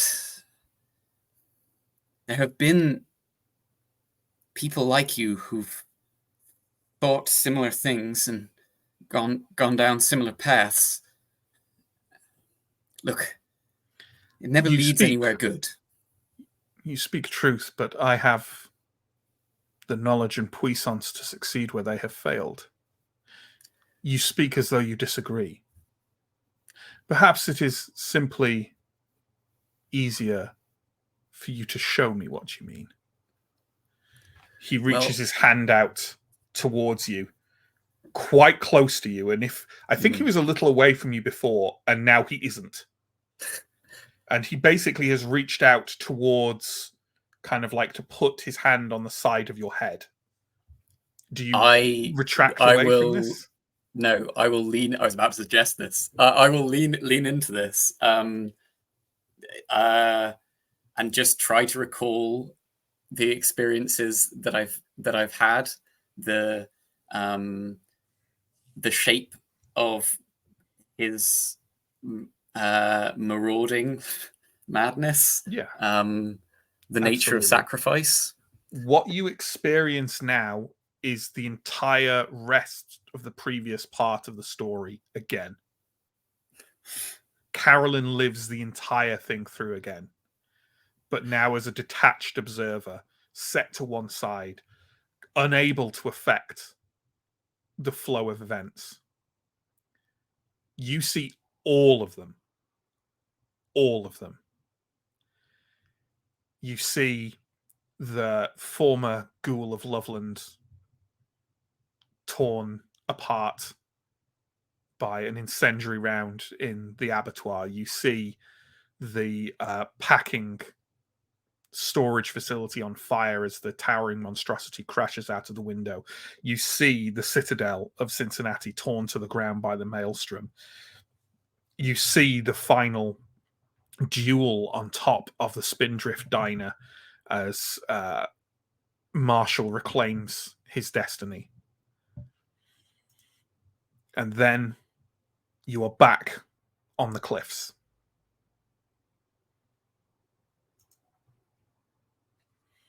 I see. Well, let go to move forwards. There is a wisdom in this. He snaps the staff in half. He reaches out to thrust the pieces towards you. Are you going to grasp them? Yeah. He nods, flings one arm forward, and you reel backwards through the air, kind of not spinning, kind of it feels like being in, like a test flight, like rotation device. You are just being pulled inexorably backwards away from him, through the storm, through the tower, through the corridors, until with a wrench you appear in the central chamber. Parts of the staff kind of like skidding along the floor around you as you crumple to a halt. The scene is as described before, but Chris, and this might be the first big addition to this conflict, how are you helping in the fight? Beanstalk arrives with Brownman's feather now kind of on his ear, feather in his cap, so to say. He is immediately taking 1 aggravated damage to gain 3 temporary rage as per one of his gifts. Sure. And he is going to spend all of that, get real angry, and go for a mage munch. Absolutely. Are you in any way getting the feather to Branwen on the way to this or during this? I think if my path goes past, I think what I'll do is, as I'm kind of galloping past her, I'll just kind of let the feather kind of pluck it out and kind of release it in her direction. Absolutely. And as you do so, Branwen kind of sees the feather kind of like turning and spinning in the air over as you cast it aside. She reaches out and grasps it, and suddenly there is almost a flare of light in the room, as if the sun has risen. She leaps up in the air off that no longer shattered ankle, shifts quickly into her corvid form, and then again into the almost awkward combination of raven and human, which spins slightly clumsily in the air until she crashes down on the back of the marauder, the beak reaching round at the hood to try and pluck his eyes from their sockets. He tosses her slightly to one side as she dashes back in again and again to try and strike at him. Your bounding form joins Marshall, swinging and biting and clawing around the azure blade as the three of you attempt desperately to contain the flowing magics of the marauder. However, while that is happening, Carolyn, you can see that the scattering of the staff on the ground, the pieces are sort of crackling and spitting oddly, with a kind of energy as the wooden fragments splinter even further apart. There is a sort of final spitting and sizzling, and the pieces of wood almost kind of turn to ash as they dust themselves across the floor of the central chamber. And at this kind of final destruction of this particular anchor, the marauder's torment seems tenfold. He lets out a wretched hiss while reeling back, his arms outstretched and fingers curled in a rigid death grip onto the multicolored swirls of magic at his command. Marshall's sword becomes a blur of blue light as his peerless dueling instincts kick in, and with a swift step forward and a second hand planted on the pommel of the sword, it slides deep into the mage's chest with a rustle like softly tearing silk. For a moment, the two of them stand in place like a monument of stone, and then a roar of pain and rage sends all of you crashing back to the walls of the chamber. Bones crack, limbs break, corpus is shredded, flesh is turned to bruised pulp. One of you feels these wounds start to knit and mend, but can still only stare for the moment as the mage and Marshall rise into the air, spinning slowly as shadow-like appendages emerge from the marauder's robe to wrap the night in a malicious embrace. A metallic crumpling echoes around as the white armor is slowly crushed, and a shriek of victory emerges from under the green hood, even as bubbling blood sprays out into Marshall's grimacing face.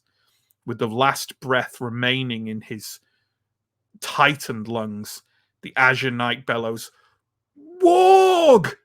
Break the blade! You must break the blade!" Chris, you are the only one capable of any movement at all. We're going to attempt to... The blade is currently in the mage. Marshall is holding the end of the blade and it is embedded in the mage. There is a gap between the two of them. In your Krenos form, you could bound high enough to attempt to strike the destructive blow. I am doing that. Okay. Give me a roll, please. You may want to add willpower to it. I was just about to say. It's going to be dexterity plus brawl. And the difficulty is going to be, let's call it an 8. Oh my god, this is horrifying. Krynos form dexterity is +1, bringing my dexterity to 4. My brawl is 2, 6. Okay, that's not too bad. And plus willpower, you can get a guaranteed success. Yeah, but that's not the point. It's the... He's a werewolf player. He needs to roll 1,000 dice. You said, what was the difficulty you said again, Matt? 8. 1, 2, 3, 4 out of 6 dice. That's how you play World of Darkness, everyone. Beanstalk rises to his feet and leaps through the air. With one great clawing, the sapphire blade shatters, and for a second, everything hangs in place like a painter's rendering of reality. Then chaos erupts. A few moments of sound and fury alone until your senses return to a chamber in near darkness, with the opening far above dim to starlight.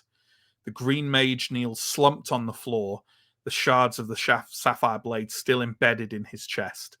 Blood pumps in wild gushes from the wound, mixing with the deep, thick material of his robes to form a spreading brown stain across most of his lower half.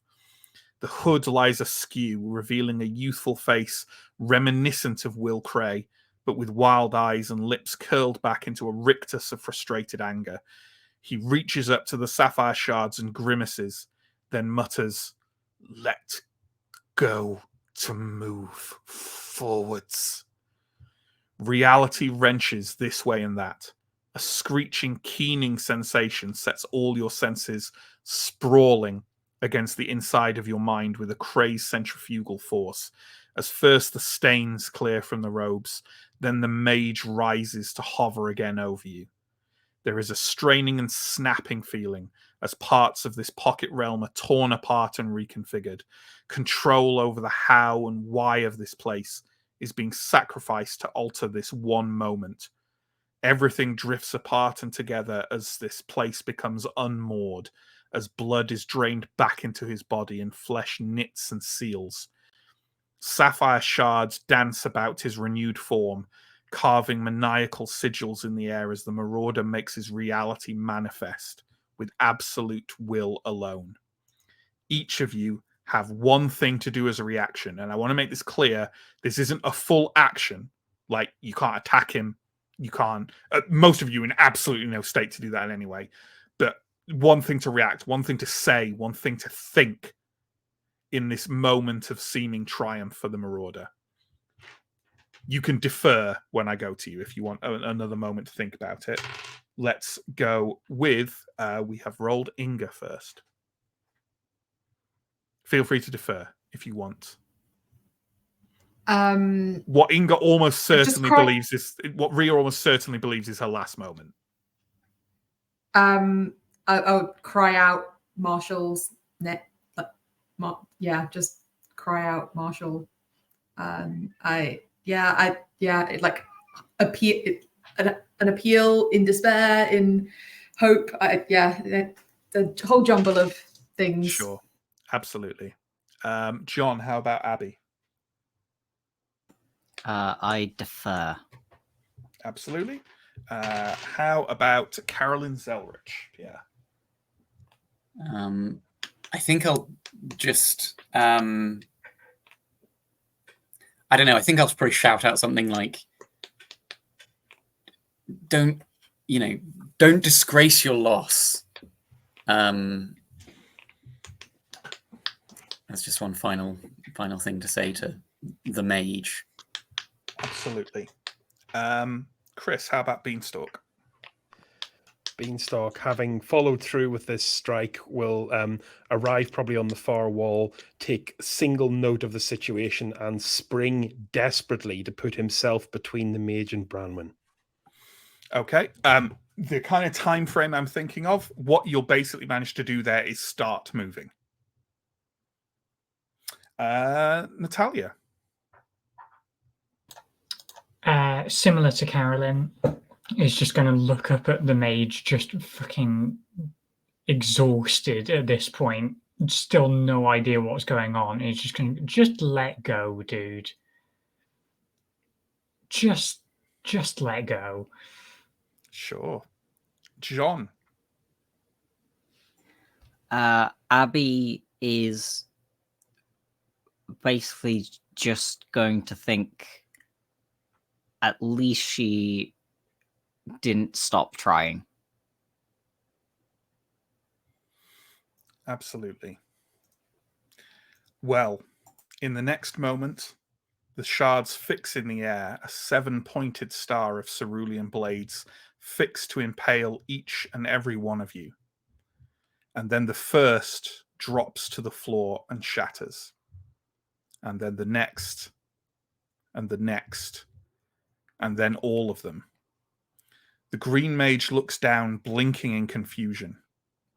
And in the next moment, they appear. as 9 disparate forms crackle and apparate around him. A reeling nightmare mass of radiative power, a twisted and malformed bandage-wrapped obscenity, a bubbling cauldron-like orb of flesh and skin and hair, almost but never quite forming a coherent shape. Others too awful to describe.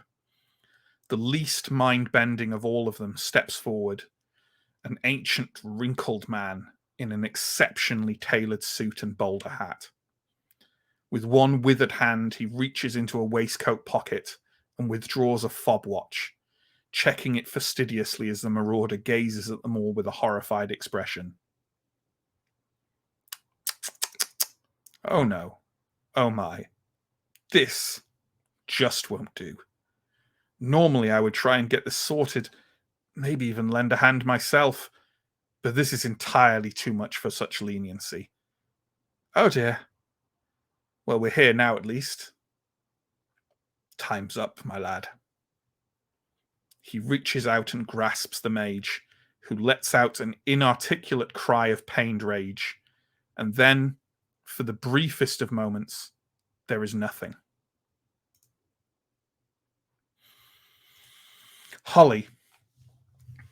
With a sharp creak, the door to your haven opens in front of you.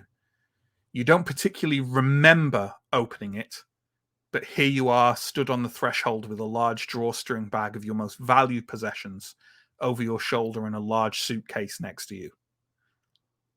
Across the street, you see yourself, a pale figure distended in the warped glass windows of an empty and abandoned old liquor store. Out there on the streets of Cincinnati, honesty is waiting.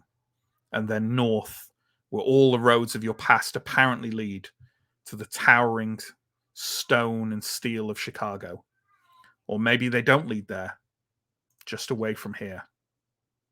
What do you do? Do I remember everything that's happened? Absolutely not. Yeah, she's just going to sigh deeply and just go, here we go again. And yeah, just like set off at a quick pace to try and get to this appointment she needs to get to. The door to your haven in Cincinnati closes behind you, perhaps for the last time, with a clunk.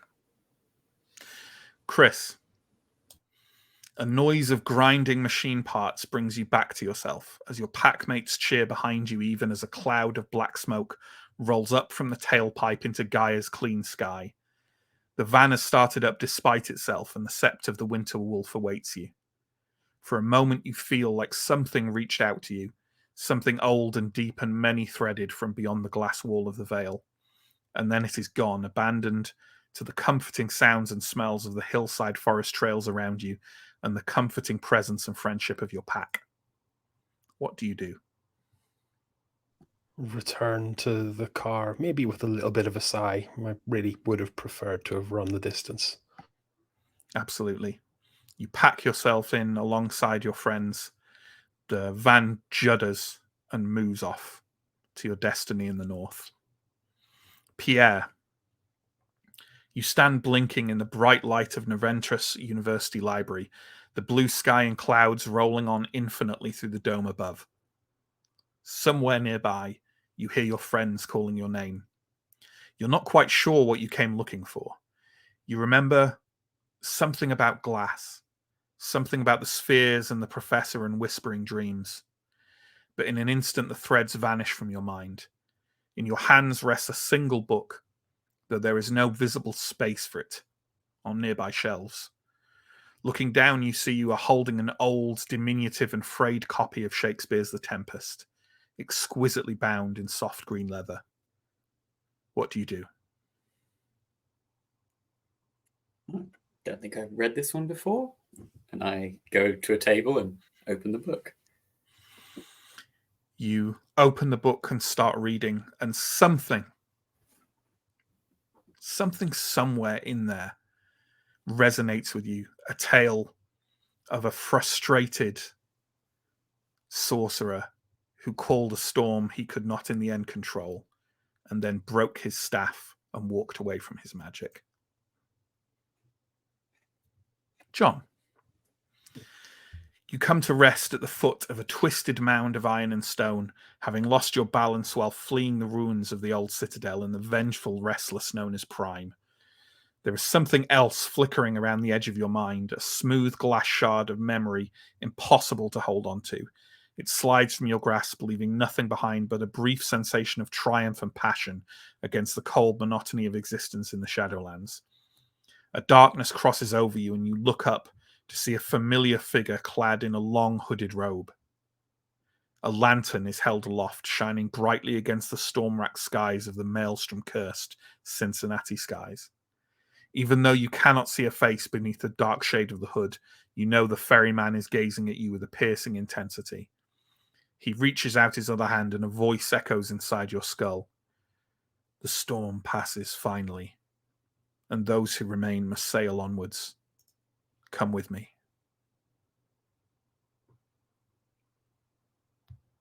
What do you do? I will take his hand, and then maybe later I might try and remember. You can try all you wish.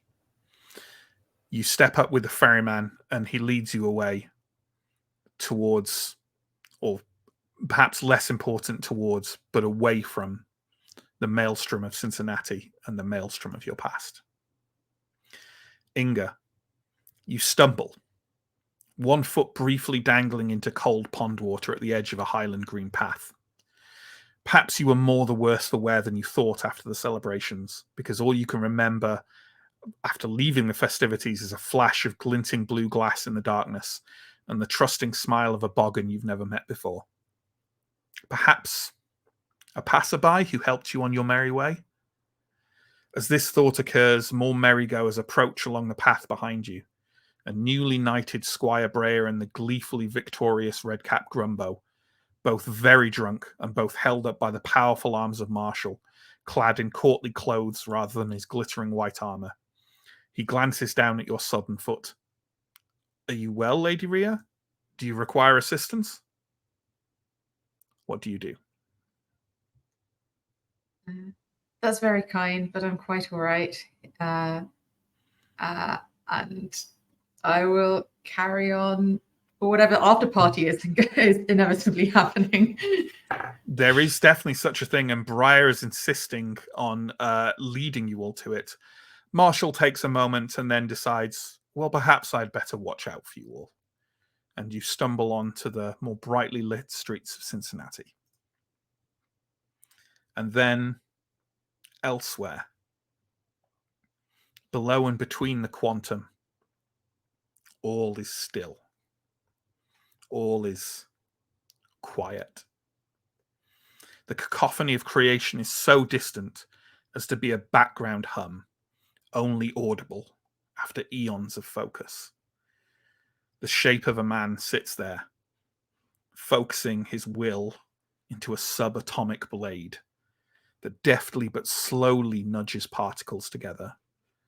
They are both infinitesimally larger and smaller than he is, so this takes a great deal of what in other places might be called time. Eventually, after several lifetimes have passed, he achieves a result. Both apart from him and alongside him now exists a tiny, near useless scrap of hazelwood. The shape of a man smiles, and the quiet, almost imperceptibly, shudders. Cincinnati Chronicles. We are finished, everyone. Yay! There we go. Ooh. We did it. Are we? Or are we? Oh. Nah, I think that was not at all foreboding one bit. Nah, it's fine. It's all probably fine. So, Foreboding. obviously, as I said before, that was a lot of reading. I hope that was okay for the players and for yourselves.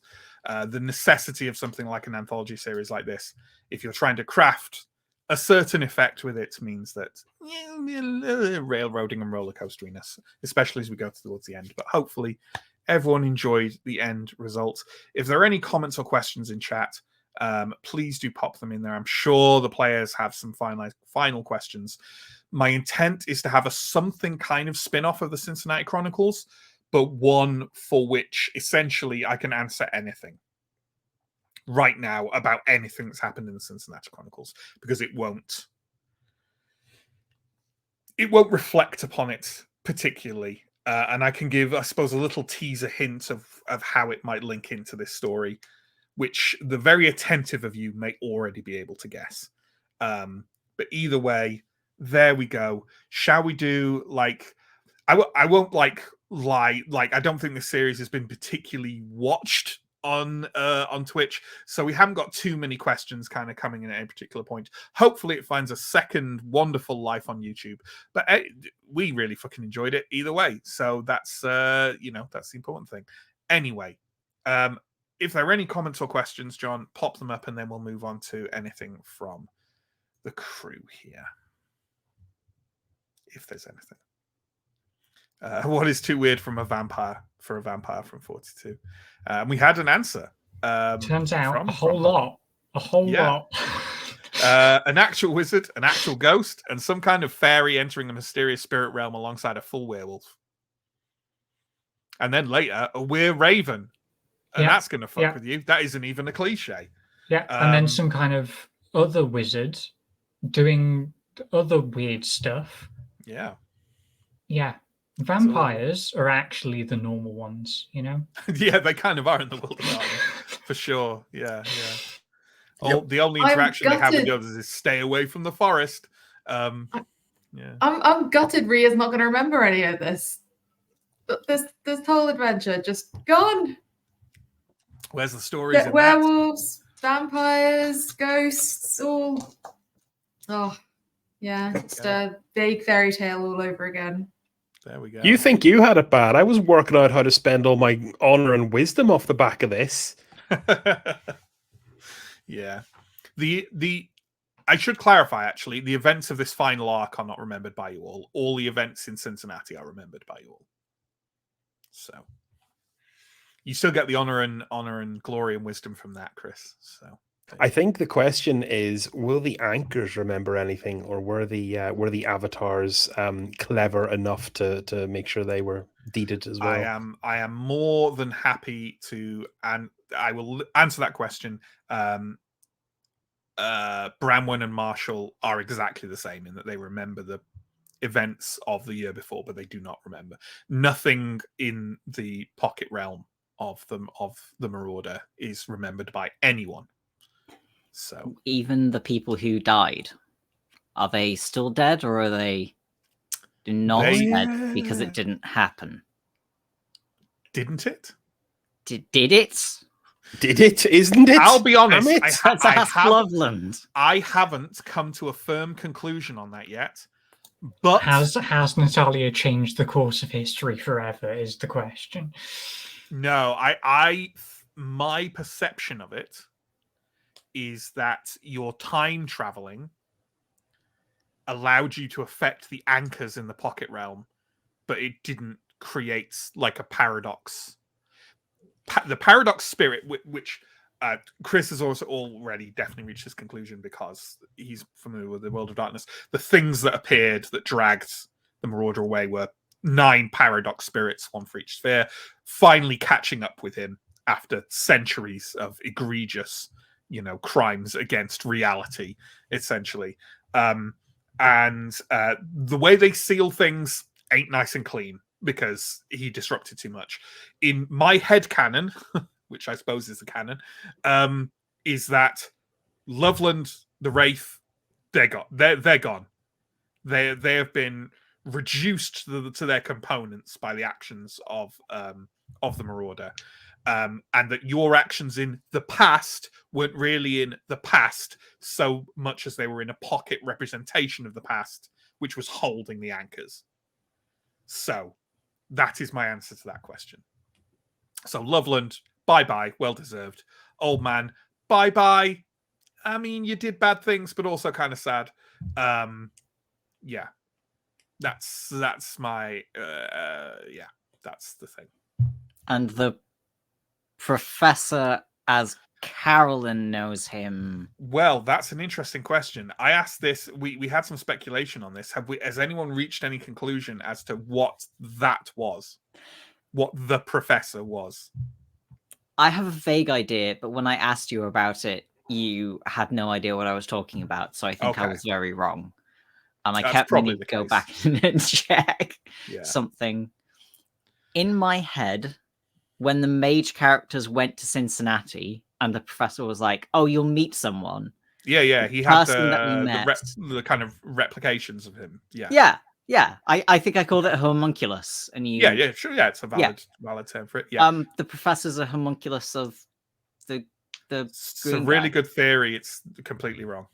Yeah, that's what I thought. It's exactly what I thought. I can only realistically imagine Chris taking a punt at it, because while I think anyone who played Mage could maybe take a punt, I think Chris would be the only one with any real chance at it. But I'm happy to explain it though if people's. I think my theory's wrong, but I still like it, and I would have preferred it, unless your one's to really whatever good. Yours is. To whatever your nonsense was. But Mage gets real silly once you get once you get to level 5 and basically any of the sphere, and a lot of this stuff is possible with level 5 in one of the spheres, let alone many. So I think this was co-location gone very, very wrong.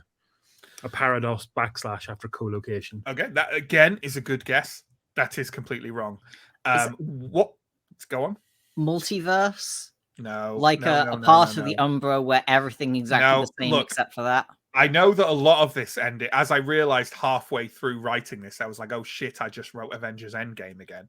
But no, there's no multiverse stuff happening in this. I will, unless anyone else has any big theories, I have like small theories about. Go. I mean, given the fact that he was talking about like death, and like making it so that nothing would ever change, I was thinking like he's trying to do something crazily powerful with entropy or time, but I mean, I suppose a lot of broadly what he's doing. Yeah, but specifically the like identity of his double in the.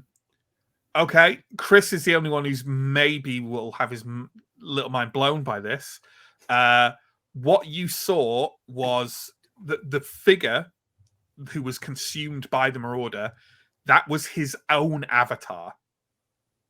He was consuming his own avatar to kind of like disperse it throughout himself and gain the power of the avatar. And an avatar is like a fragment of pure ancestral magic that's kind of unexplained, that is what makes each mage awaken. So he's kind of Ouroborosing himself to become like a self-replicating I nearly want to say media node. And if anyone gets that reference, please, I appreciate you. Like a self-replicating magical superconductor. That's the idea. I love it. Good. Well done. Who was the professor who was teaching at the university?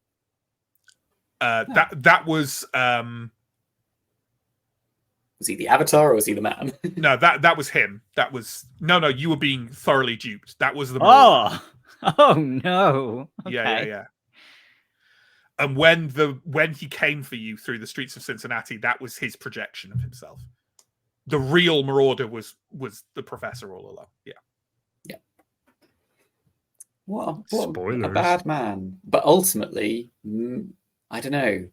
Yeah, and then he's basically spent a year drawing his avatar out of himself, putting him in a glass case, and then finishing everything off. But the important thing is, our mage character, it was all a lie, but our mage characters did get extra credit for that excursion, right? They did. Yeah. That's fine then. It may have to be withdrawn if Narentis ever finds out that the person who gave you the extra credits was, But he's not on the record for some reason. The terribly dangerous Marauder they'd started chasing. So there we go. Have we got any other questions? I know we cleared up a lot of the stuff from the individual sort of things. Steve, I got strong Time Bandit Supreme Being vibes from the chat with the watch at the end. Yeah, sure. Yeah. I definitely can thoroughly agree with that. If anyone's interested, that is a named spirit from the Mage books. is a powerful paradox spirit of time called Wrinkle. Wrinkle Who in time. turns up and is quite charming, and it basically tries to help the mage resolve their own shit. But if that doesn't work, and I figured he would be a bit like, oh, this is far. No, you've gone way too far with this now. Time to get cast into the quiet. So yeah, that was the idea. Any other things that people want wrapped up from all that? Stay tuned to future World of Darkness Telling Tales streams, as I fully intend to find a way to get Beanstalk to claw back into quite literally into some form of game or other in the future. What a fun group of characters. I agree. Yeah. I agree. One thing I was wondering was how did more about a meta thing about constructing a thing out of the 5 different concepts. Did you start mainly from it felt somewhat mage oriented and then everything else spiraling out from there, but that might be just because I played it as a mage and so I was like, oh yeah, it's all magey. But yeah. Sure. That's not how it worked. Or rather, that is how it worked, but only when I wrote Mage, if that makes sense. So I wrote the stories of Vampire and Werewolf first, without any thread linking them particularly, other than they were in the same place on the same day. And then I decided I did want a kind of a more of a connected meta plot and maybe an actual antagonist. And then I wrote references to that antagonist in both of them. I want a common thread. Let's make it a color that's kind of fun. Make it green, cool, okay. And I had a notion that if there was someone who could provide a threat across all 5 things, they had to have a certain meta-ness to them. And I basically had decided, well, they're probably going to be a mage in that case, because mages are so powerful and all this sort of stuff. And then when I came to mage is when I had to pin that down a bit more and go, okay, what is this actually about? I decided it was a marauder. I decided it was the mentor figure of the mage characters in secrets with this plan. And then I decided how all these things would link together and flow through, which is why there's kind of more meta elements in Mage, Wraith, and Changeling, because I had more of a clear idea of what I was doing with that. Whereas in Vampire and Werewolf, it's more kind of they're a figure in the background. Clearly someone's manipulating the situation, but it's not terribly explicit, whereas the others have more direct links, because by that point I had the whole thing in my head. Yeah. Makes sense. I did not have the last arc in my head. I had rough ideas of what I wanted to do with it, but every single session has been written before the session. A monumental roughly what I achievement. wanted the conclusion to be, but we should try and get more people to watch it. Yeah, that'd be good. I'm not surprised though. It's not. It's a grand idea, but it's not perhaps the most immediately appealing for people. But it's been a lot of work, I'll tell you that. And I hope that's kind of come through for people. When did we start Vampire? Over a year ago. Oh yeah, it's been. I'm pretty sure it's past a year, right? So... I can't tell you where the stream was, but I can tell you where the first video went on YouTube, and it will have been just a couple of days before that, which was November the 7th, 2021. Oh. So we're actually close to 2 years. But yeah, close to 2 years. Yeah. So it's crazy. In the first year that we ran Cincinnati Chronicles, obviously, much thanks to your hard work, you led the Cincinnati Bengals to take to the part Super in Bowl. the Super Bowl. Yeah. So what series are you planning for this year to ensure that the Bengals get to and then win the Super Bowl? I am planning a game of Gridiron the Tackling, which will have everyone play supernatural NFL players for various teams, but mainly the Cincinnati Bengals. Superpowers include, doing a press conference without saying something embarrassing, not maybe contradicting every single NFL rule at every point of every single game, and the ability to withstand infinite concussions. I would follow you to many places in RPGs, Matt, but I'm not sure I'd follow you there. That's fair enough. That's fair enough. I would like to play the human version of the Muppet Beaker, who constantly panics under pressure and keeps breaking my thumb.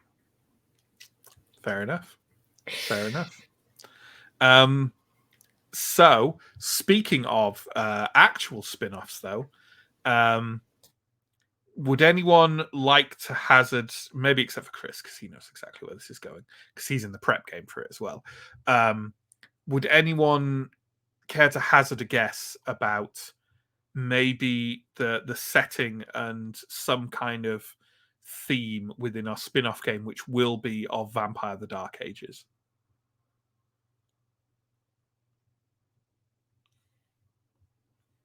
I have no idea. That's fair enough. Chris, Illuminators. John knows as well. Well, I'm trying to come up with some good literary quote, but the best I've got is "From the cliffs of Moher to your front door, lepping the hood up to do no good."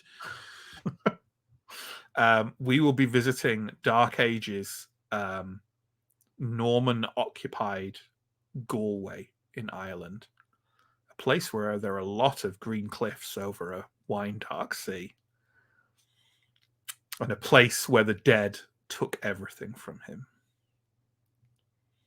So join us for Vampire the Dark Ages there. Yeah. I'd be fascinated at how many people, independent of my dripping light of things, kind of figured out perhaps the origin location of the Marauder and things that might have happened. 42's made a good point. Was there a Cincinnati in the Dark Ages? No, which is why it's a spin-off of the Chronicles and not part of the Chronicles themselves. No. I love how you're basically building the Matt cinematic universe, without the encumbrance of an audience, which I think is very laudable. Yeah. It's commendable, yeah. Technically, weirdly.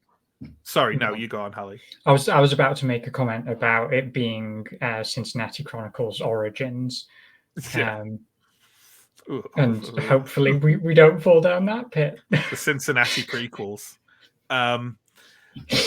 There'll technically, weirdly, be kind of a connection as well between this Dark Ages story and our London Ascendant Vampire the Masquerade stuff back from when the channel started. In our famously least watched. Actually, I don't think it might not have been our least watched series by the end of Blades in the Dark.